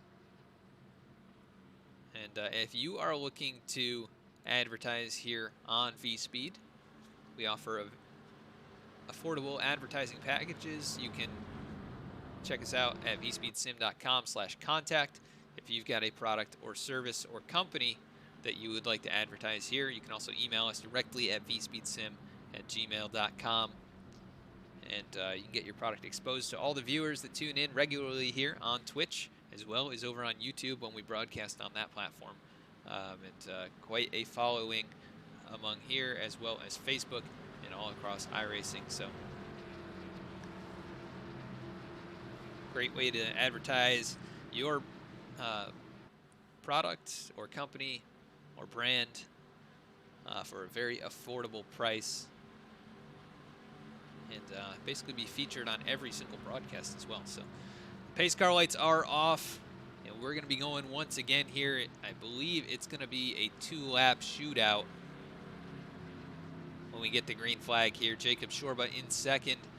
He is the only playoff driver who's going to be able to challenge Jonathon Hernandez as Alex Pelican back on the racetrack. He's in 15th position. And Eric Wineland riding in the 8th spot. Pace car lights are back on. So we're going to have a delayed green here. Not exactly sure what happened, but Clutch 101 cheering on Jonathon Hernandez. And Jonathon has been absolutely dominant here. Leading over 100 laps. Started on the pole. And that nationwide 88 looks like it could be headed to victory lane as pace car lights are off this time. Jacob Shorba has led 10 laps here as well, so he's done a very solid job in this race. The car obviously not as good as he wanted it to be at the start of the race, but they've adjusted, and that car was the fastest on track before we got those late cautions. And I think this is really the last thing he wanted to see was short runs, because that car absolutely flying on the long run. And we'll have to talk to him afterwards whether or not he wins the championship. But the 88 of Hernandez is going to have control of the restart, and the 95 of Jacob Shorba definitely in an inopportune position up there on the outside line. He's going to have to try and time this perfectly as they roll out of turn number 4. Jonathon Hernandez holding them down. The 95 gets pushed by the 77, but he gets a decent jump, and they go side by side down the front straightaway. The 95 able to hang on the quarter panel. He's going to drop in line, I think. He'll ride the high line. The 88 kind of rides out third gear a little bit too long, is now Jacob Shorba on the back bumper. What is he going to do to try and get around here? He's got a bumper on the 88, looks to the inside into turn number 3. They go side by side, nearly contact the 88, able to hang on to it. The 95 backing out of it. Here comes Taylor Butcher Benjamin as we've got a wreck behind him. No. Oh, we got the caution flag. It's out before the white flag came out, so I'm not sure who got caught up in that, but it looked like a lot of people. The 19 with heavily damaged nose on that race car. Let's see what happened here.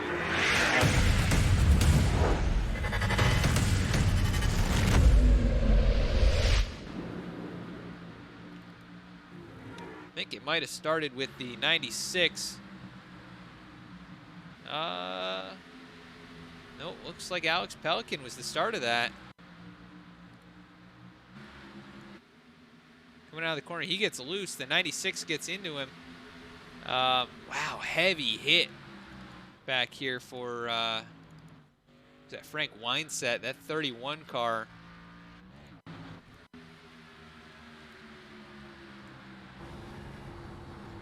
can see it up there. The 3 just sideways, absolutely sideways. Wineset hits the wall trying to avoid it and then slams the inside. Brian Pizzichemi locks it down. He's able to, I think, stay off of everything. The 19 machine of Rob Jenkins, like we saw though, heavy nose damage. He got into the back of Alex Pelican and got pinched by Richard Springer. 21 of Justin Carey comes flying through all of that, and I can't believe that caution came out before the white flag. It was right at the same time, I think. And we're getting another overtime. Thank you, Muggin, for the follow. Thanks for tuning in. Hope you're enjoying the broadcast. Thanks for the support here tonight.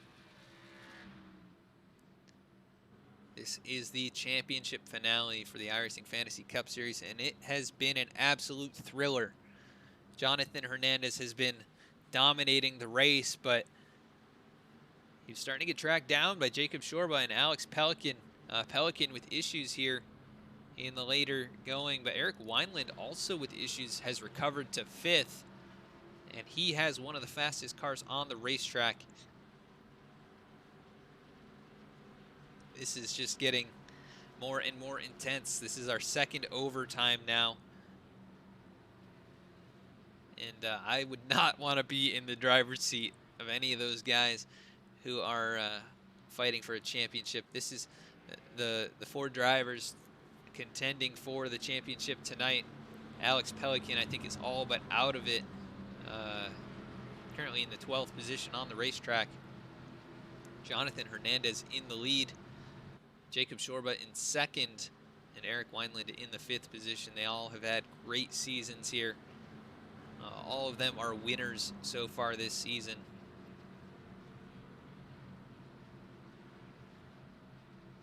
So anybody could get it done here.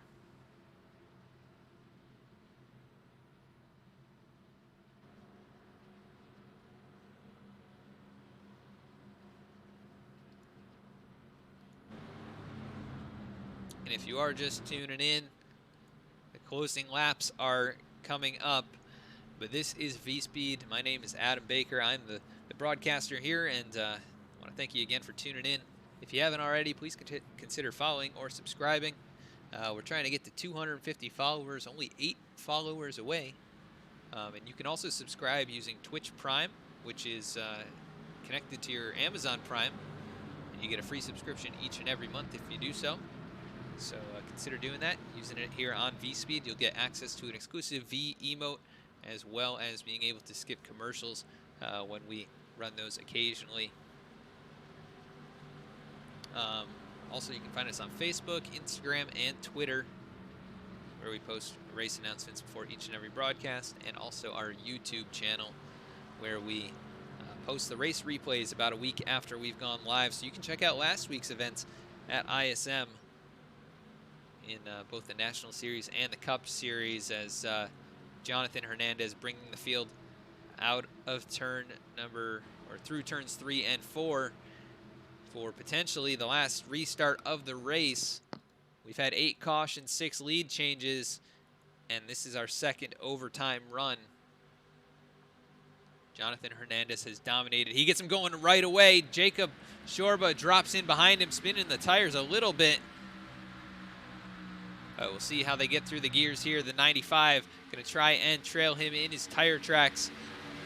And Eric Wineland back there boxed in right now in the 4th position to the inside now of Taylor Butcher Benjamin, but Jacob Shorba going to try and chase down Hernandez down into turn 3. He goes to the inside. A big move. Is he going to be able to complete the pass? He sails it off into turn 3. Not going to be able to clear him just yet. They come out of turn 4, almost banging doors. They do bang doors. The 88 gets into the 95. Last lap, white flag in the air. This is for the championship. These two have gone all year to get to this point. Jacob Shorba drifting up the racetrack. They make contact. The 88 goes around. The 95 goes around. The 12 caught in it. The 2 championship contenders go up in flames. Eric Wineland in 2nd place. He is going to make it through. I don't know how, but he's done it. Taylor Butcher Benjamin wins the race. Eric Wineland is your champion. Hernandez and Shorba finish 7th and 8th. Actually, they finish farther back than that. But they will not be your champions. That is Eric Wineland. Started 2nd, finished 2nd. He didn't lead any laps, but he was there. He got back in contention. He fought through adversity all day, and on the last lap survives the crash. And he comes home your winner. The 11 of Taylor Butcher Benjamin is the race winner. He led 1 lap to take the victory here at Homestead Miami. I can hardly believe what happened here. I'm going to go back and we're going to take a look at what happened with Jonathon Hernandez.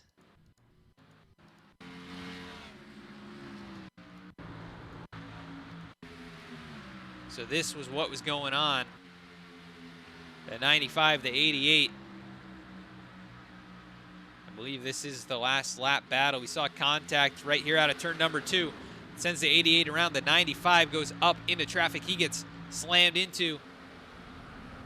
Man, the 88 tumbling over and over. I want to go to the nose cam of Eric Wineland as he navigated his way through. Let's go on board with him here. Just barely squeezes it through, gets pinched into the wall and able to stay in the throttle. And Alex Pelican was in the inside wall, so he's caught up in this. Jonathon Hernandez is trying to finish this thing out. That car obviously just absolutely destroyed.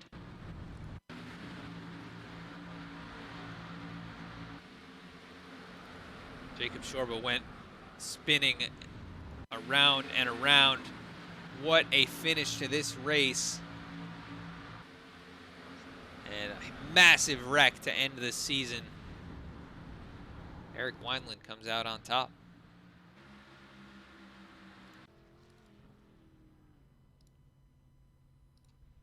But your winner here tonight, Taylor Butcher Benjamin.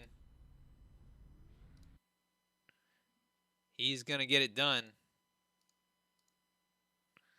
He is your winner here tonight. So, first of all, I think we're gonna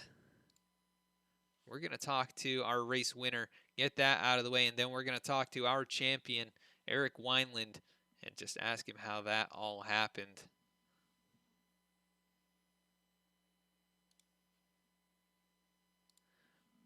Taylor Butcher Benjamin, this is Adam, the Beast Booth. You got a copy? I sure do, bud.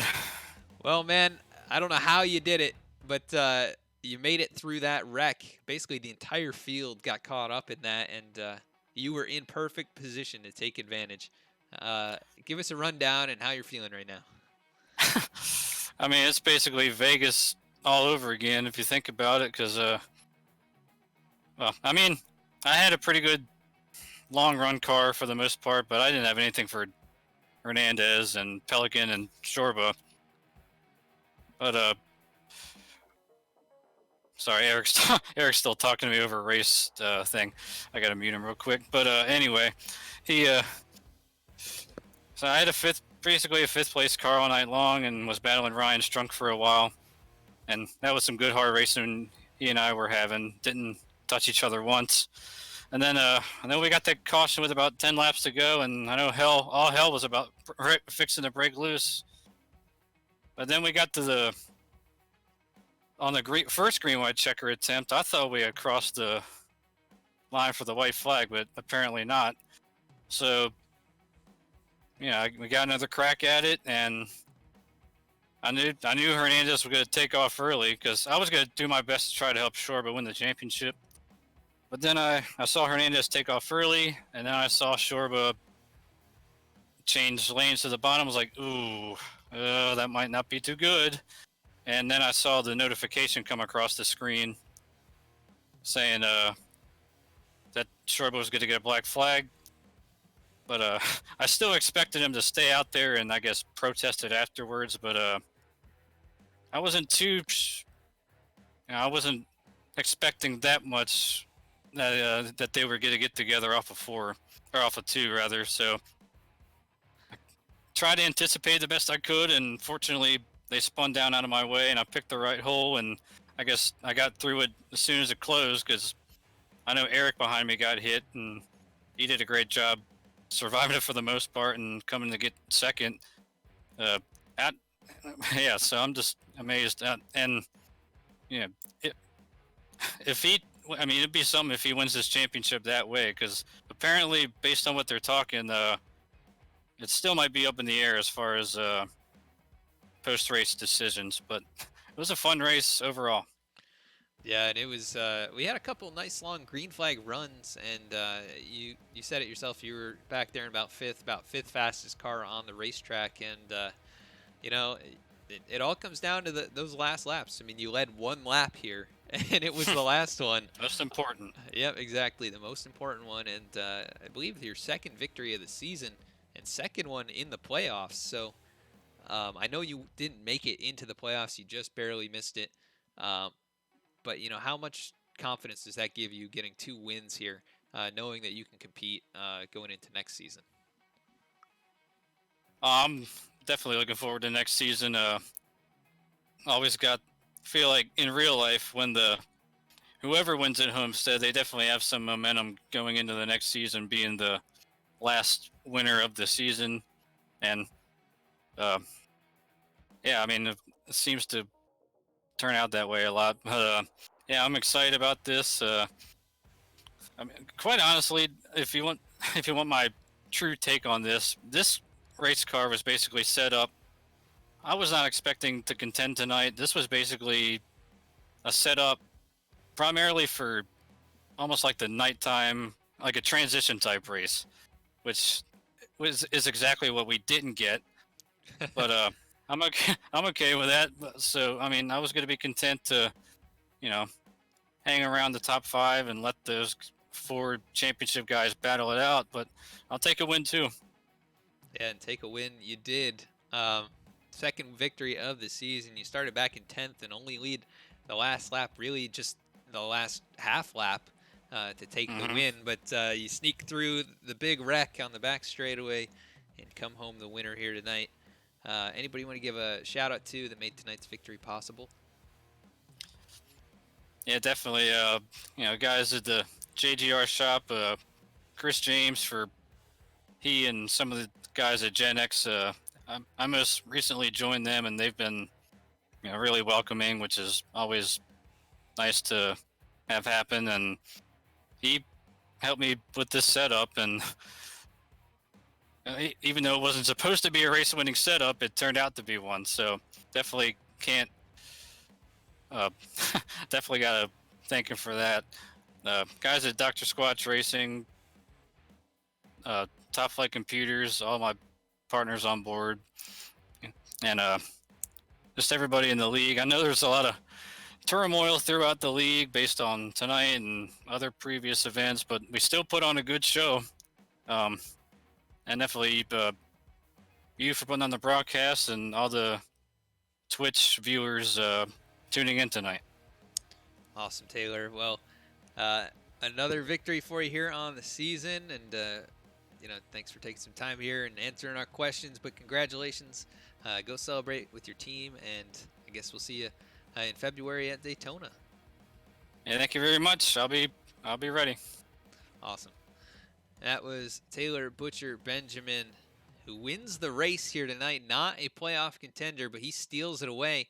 And we're actually going to go to our third place finisher, Nicholas Starling. And we're going to talk to him first before we get to the championship, because it's still being reviewed. They're trying to decide exactly what happened. There might be some kind of an interesting intentional situation going on here. Not exactly sure. But we're going to talk with third place finisher first, Nicholas Starling. This is Adam in the V-Speed booth. You got a copy? Yeah, I do, Adam. Well, Nick, I don't know how you did it, but you come home third here. You started back in 22nd, and I guess you snuck through the big wreck. But you come home with a podium finish in the debut of the below the double yellow paint scheme. So give us a rundown of your race and just how you made it through there. Yeah, started in the back. I kind of thought with the track temp that everybody was going to be on the loose side on their setup, but we actually had some great racing, some green flag runs, and then had some contact there at the start of stage 3. And I actually at one point was in 18th, and I was probably 8 seconds from being lapped. And caution came out from 18th, pit got repaired, and somehow ended up third. Yeah, we saw you have to kind of come from the back a couple times, and you were up inside the top 10 for a good portion of the race. But like you said, high track temps here. How was the car overall? You know, as the runs would progress, were you fighting any specific thing tonight? Yeah, I think the big thing a lot of people were fighting was coming out of 4, push up a really good bit. So you got to be able to throttle manage on a long run. And luckily, I just came from the back and ended up probably running around 6th or 8th the whole race, and then had to come from the back again. So overall, it was a fun race for sure. Yeah, and it was a lot of fun to watch. And you've had some great runs here, really in the playoffs. I know you were out of it early, but a third place finish to end the season. Does that give you a lot of confidence going into next season? Yeah, it really does, because at one point like I was saying, with 40 laps to go, running 18th with damage, and I was 8 seconds from being lapped, thinking about the last race finishing like that, and they ended up coming out with a third place finish. I didn't think I would feel as good as I do now, because I never thought third place was going to be a possibility. Yeah, and it's right place, right time, and obviously you got wreck avoidance down to a skill at this point. You had to go through a couple incidents early on to get your finally get some good luck out of it, but you come home with a third place finish in the finale. A great run for you here to cap it off with that. Anybody you want to give a shout out to that made it possible? Yeah, I just want to give a shout out to anybody that's watching the V-Speed broadcast to check out Below the Double Yellow podcast coming out in February for Speed Weeks, presented by V-Speed. So come out, go check it out. It's going to be a new podcast for NASCAR fans by NASCAR fans. Awesome, Nick. Well, congrats again on the third place finish, and we look forward to seeing what you can do at the start of next year, knowing that you got the speed to compete. So go celebrate, and we'll catch up with you then. All right. Thanks, Adam. Yeah, that was your third place finisher, Nicholas Starling. And I think we're going to wait just a couple minutes on the decision for the championship. But, at this point, I think the championship winner is going to be Eric Wineland. But I will wait on the confirmation from this. So we're going to cut quickly to a commercial break, and we'll be back with the championship interviews. Don't go anywhere.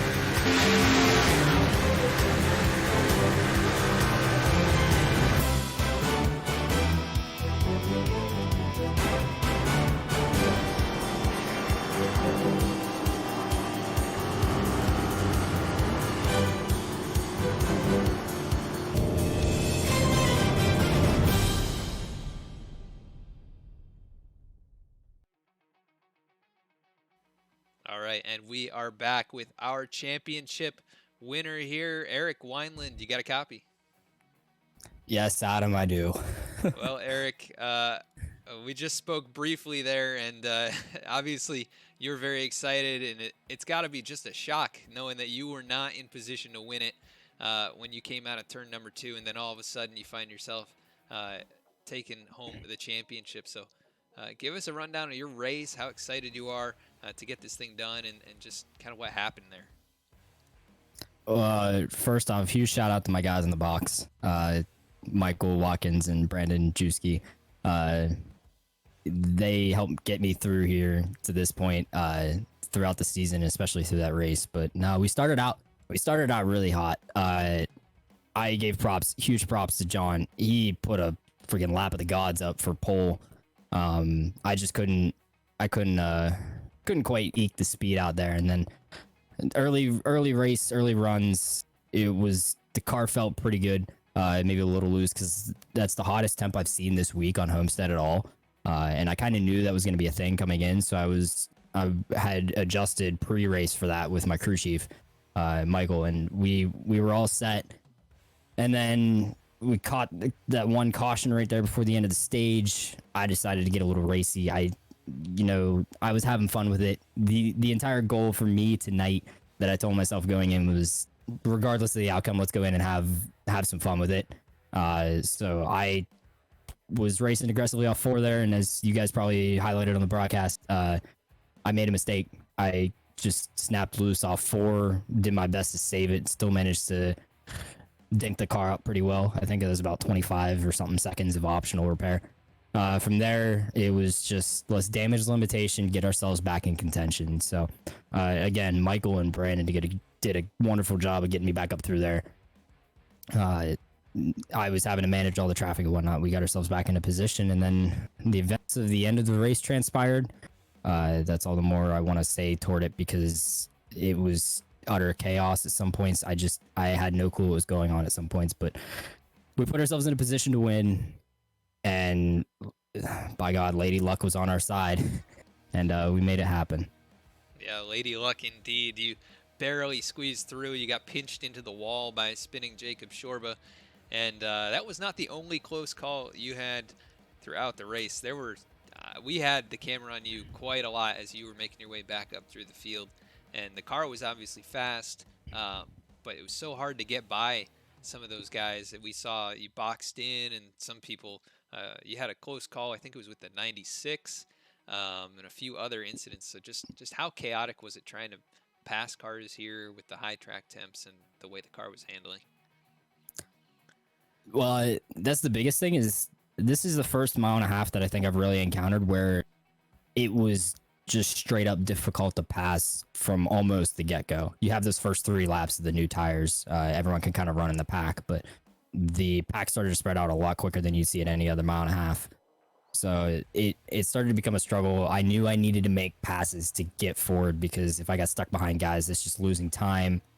I didn't know what my situation was going to be at the next yellow, if there was going to be even a next yellow in that final stage. So it was just be aggressive as we can, drive within myself a little bit. My crew chief would attest to this. I overstepped my driving ability quite a few times tonight, and I got away with it quite a few times tonight. Yeah, we had a moment with the 96. He was coming up the track. I just decided to get out of it. No fault to him or anything. I mean, I yelled on driver's chat, but I probably had no right to, because I was just trying to be the aggressor. And of course, my job as the car trying to make the overtake is to make sure it's as safe as possible. So, but yeah, raced aggressively, did what we could to get ourselves back in that position. And then, like I said, everything that transpired at the end, just I'm thanking my lucky stars tonight. And that there's a reason I have the nickname Lucky since I was like 13 years old. And it paid off again here tonight. And Adam, we won ourselves a championship. What can I say more than that, man? I immediately grabbed a beer out of the fridge and cracked one with the team, because I can't, like I said, I can't thank them enough. Jordan Brockell for bringing me on board for Team Penske. Chad, like I said, at ISM, Chad for filling in on the on the 22 side of things and those guys. And then, of course, my actual iRacing team, One Sim, John being an awesome guy, even though we weren't on the same team in the series, we being on the same team in iRacing, just having that communication. Granted, the communication this week was kind of severed a little bit because we were both racing for a championship, but setup and whatnot back and forth and how everything worked out. But I'm watching chat, and I do need to say I need to give that gold shoe that I somehow took from my crew chief back to him because that belongs to him. So I used it up enough for this season. I'm okay with handing it back because besides NIS Open tomorrow morning, that's pretty much it for me for Oval Side big time series for the year. Just got to go out here, perform well at NIS Open tomorrow, and we can win ourselves, or I guess we'll finish second in Division 4. Which for only joining the service on January 31st, I feel like was a pretty awesome thing to do. Yeah, that would be huge progress for sure. And, we've seen that progress, that you've probably been making outside of the league racing. You've been making those strides here in the series as well. You got your first victory of the season last week, and that's what locked you in here. And, without that, or maybe not quite the run, if you hadn't had quite that run last week, you never know what might have occurred tonight.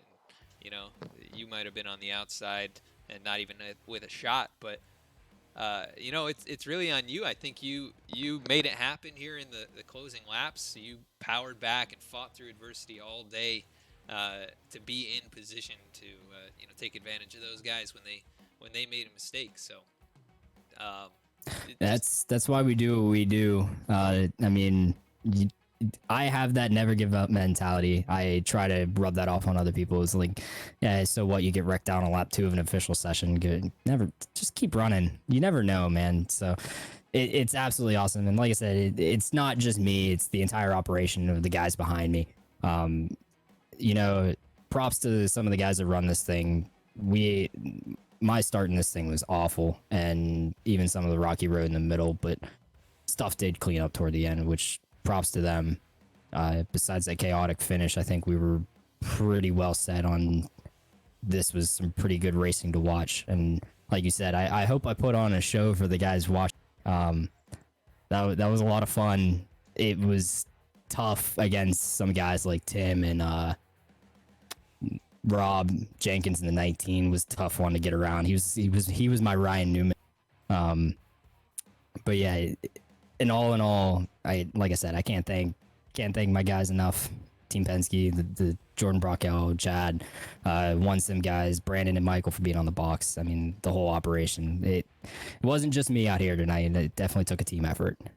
Yeah, and you guys definitely made it happen when it counted. So your teammate there, Chad Ginningsman, he comes home with the top 10 as well. And we saw Justin Carey kind of up and down. He gets a nice 12th place finish, so able to recover somewhat. But Penske machines were good here in the closing stages of this season. You guys captured a couple victories in the last couple rounds here, so a lot to be proud of late in the going here. And how much confidence does that give you now a champion going into next season? Well, plans are still up in the air for next season, Adam. I don't know what my situation will be yet. Some things are in the pipeline that might bring me away from iRacing Fantasy, but all in all, just soak in the moment, be able to win the inaugural Championship Cup Series is just an awesome thing. I think it's still a little too surreal for me right now. I can't believe we did it, Adam. We won a championship. Yeah, I don't think really anybody can believe it. A lot of people congratulating you here in the chat. So obviously you got some fans out there, people proud of what you did here tonight, and you got the championship. You took it home here tonight. So I guess we'll let you. One other thing, huge shout out the other the other 3 guys that we raced against tonight for this thing. There's a lot of talent there.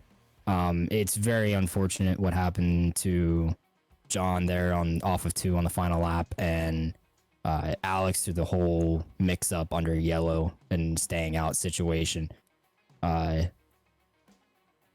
I won't say it should have been handled different because it was handled just about as well as they could in the spur of the moment. But it's just one of those things you hate.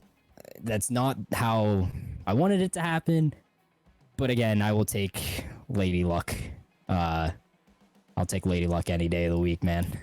Yeah, and I think we mentioned this. It's unbelievable. Yeah, I think we mentioned it yesterday to Evan Longacre, who won the championship in the National Series, that luck is really just preparation and putting yourself in, setting yourself up for success, and you find luck a little bit more easily, when you've prepared for it. So, did you guys prepare a lot this week to get the cars set up? Because obviously you had speed right out of the gate.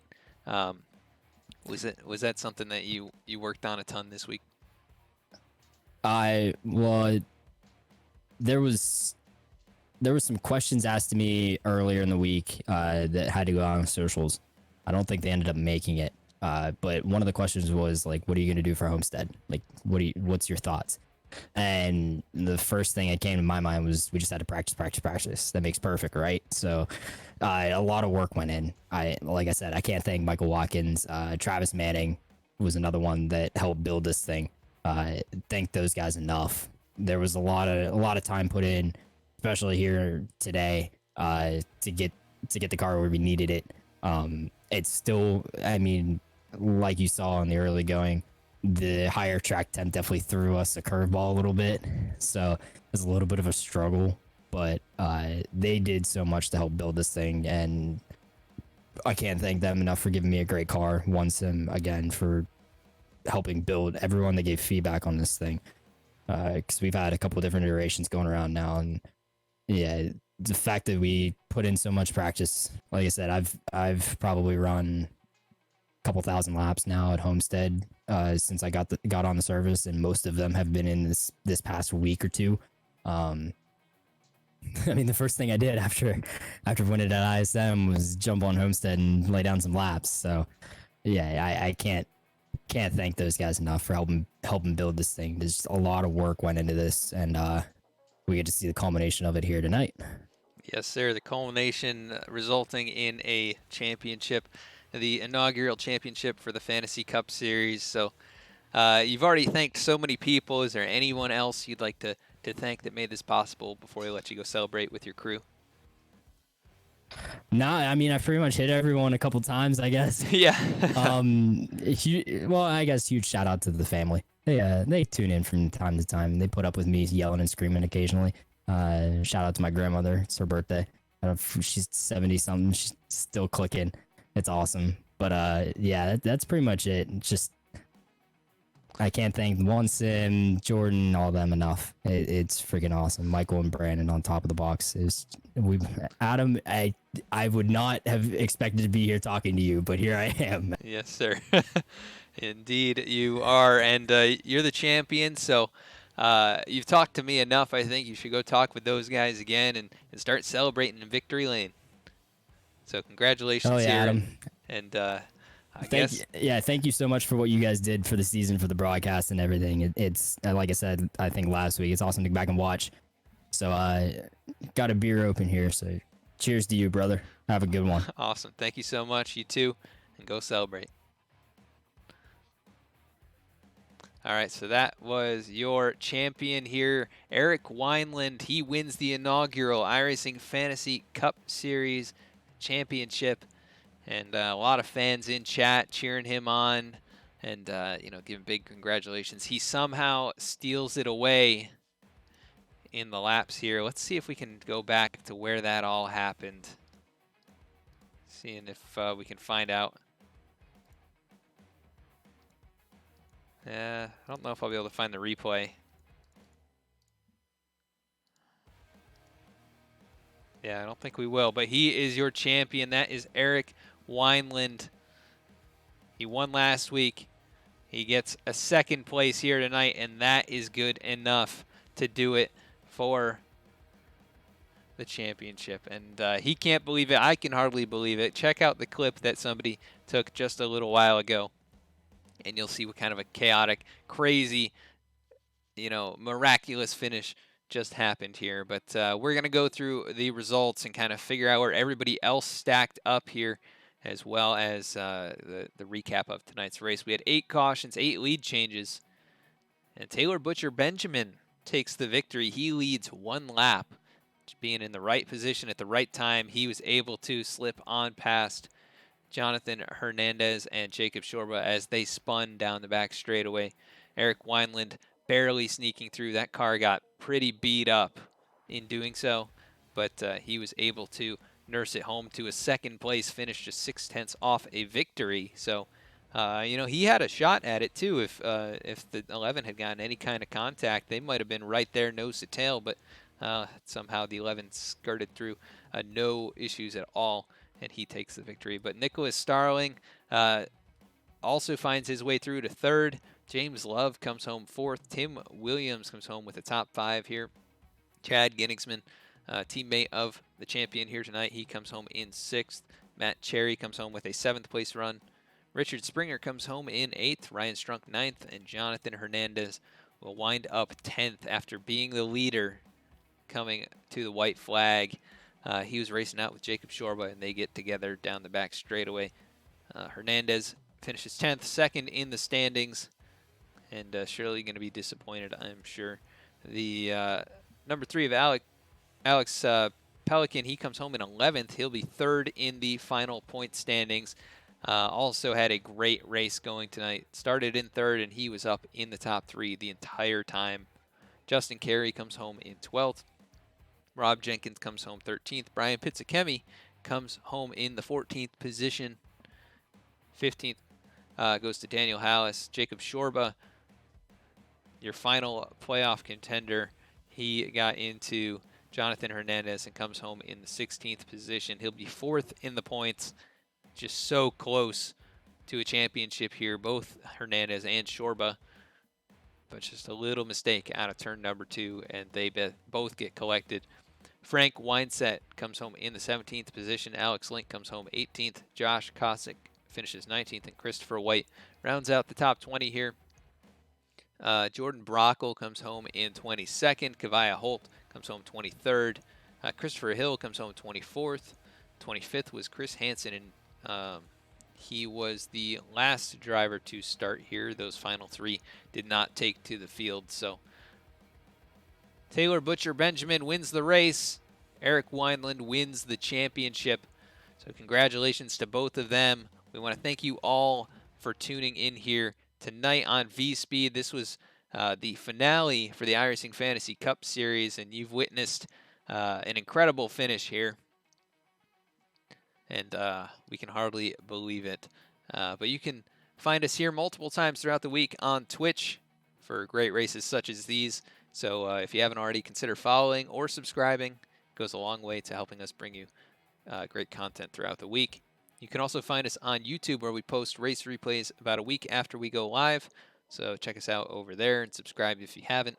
You can also find us on Facebook, where we post announcements before each and every broadcast at facebook.com/vspeedsim. You can also find us on Instagram and Twitter, where we post those same announcements, as well as special events, new merchandise, as well as on-site reporting. So, yeah, just an incredible finish, and we want to thank you all for tuning in here, for commenting, for enjoying the broadcast. Hopefully you did, and we'll be back here again next week with the Norse Force Valhalla Cup Series, as well as the Raider SK Modified Series. That'll be next Wednesday and Thursday, but that's going to do it for this season, the iRacing Fantasy Cup Series.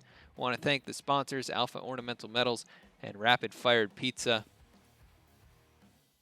for their support this season. Rapid Fired Pizza for the National Series as well. And looks like we've got Eric Wineland in the chat here. And I actually had a fun race with Eric I think it was last weekend. We were over on Fu Mang Shu's broadcast, so he's actually live now. We're probably going to take it over to him with the raid here after this. We were on Fu Mang Shu's broadcast, had a ton of fun over there, and got to talk with him and Chad Genningsman a bit. So it was a good time, and look forward to seeing if they're back next season and what their plans are in the off season as well. So congratulations to all of those finishers here tonight: Taylor Butcher Benjamin, Eric Wineland, and then everybody else who is in the fight for the championship. Great season, and we look forward to coming back at Daytona in February. So until our broadcast next week with the Norse Force Valhalla Cup Series, have a great rest of your weekend. Have a great night.